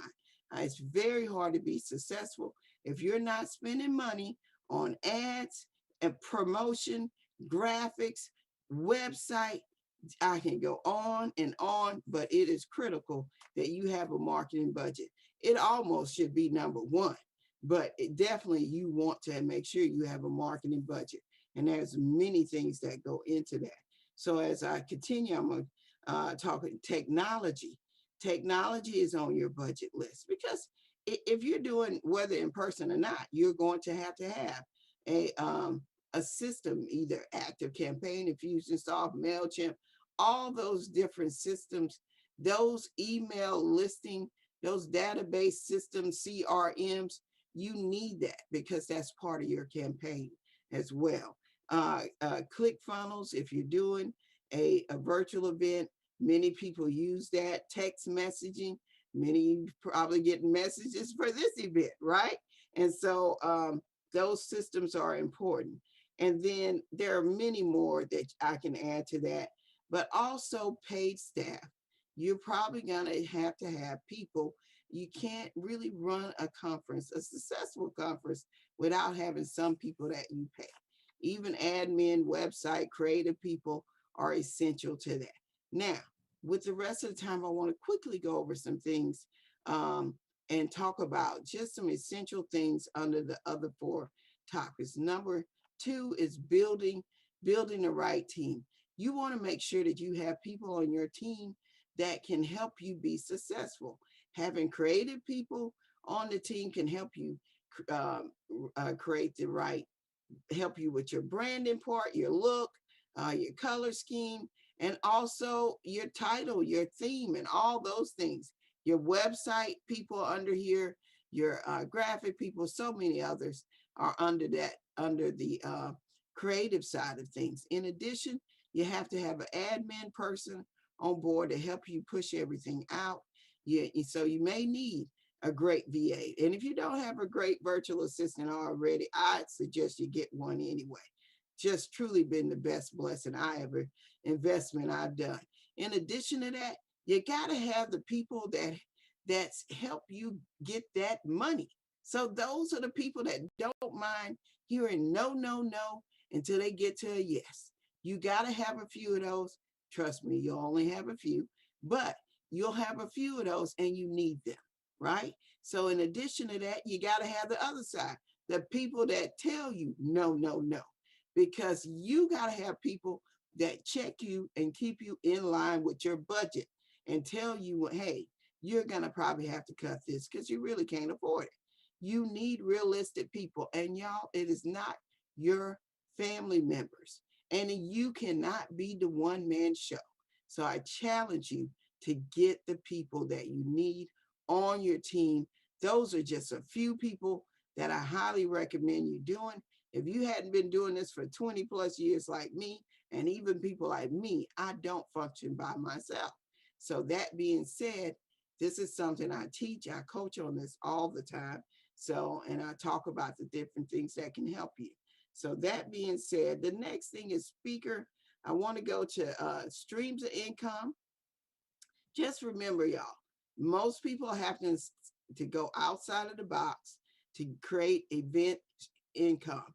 Event income is essential. It's not just the ticket. I highly recommend people don't focus on the ticket. And if you're in the virtual world right now, you need a free ticket as well, because we have too many choices. So that being said, there are many other opportunities to raise money, but that's something I typically coach on. So feel free to contact me if you want to actually work with me through this as well. So selecting the right speakers, as I told you before, keynotes are essential. You need to make sure you pick the right people and the right feature, the headliners, whatever you want to call them. They're essential to making your conference successful. And if you are a speaker, just some few tips that you need to do to be ready to speak on anybody's stage. So one is, number one, you must have a high resolution headshot. That's right, high resolution. That's no phones qualify for that, right? Because when we're doing and promoting the event, you may go in a magazine, no telling where your photo's gonna be. But that being said, they require high resolution. We look at from the phone, most of the time, the computer will tell on you anyway. So therefore, invest in getting a good headshot. You can probably find somebody for 35 to 50, Don't get your family unless they're a professional, but I highly suggest that you do that. An excellent proofed bio is really good as well. You definitely want to have a great bio that you submit at least 150 words. That being said, you also want to make sure, if you can, get your speaker website, your own personal website, not your business website, your own professional personal website. Also, here is a nugget. If you're asked to give some clip of you speaking, use a system like Zoom. Make sure that you are ready and prepped, that you have your makeup, your hair, and everything done. Take 2 minutes and submit that so people can see that you're able to speak. That's what we want to know. Can you actually put butts in the seat? And make sure that you speak on your main topic.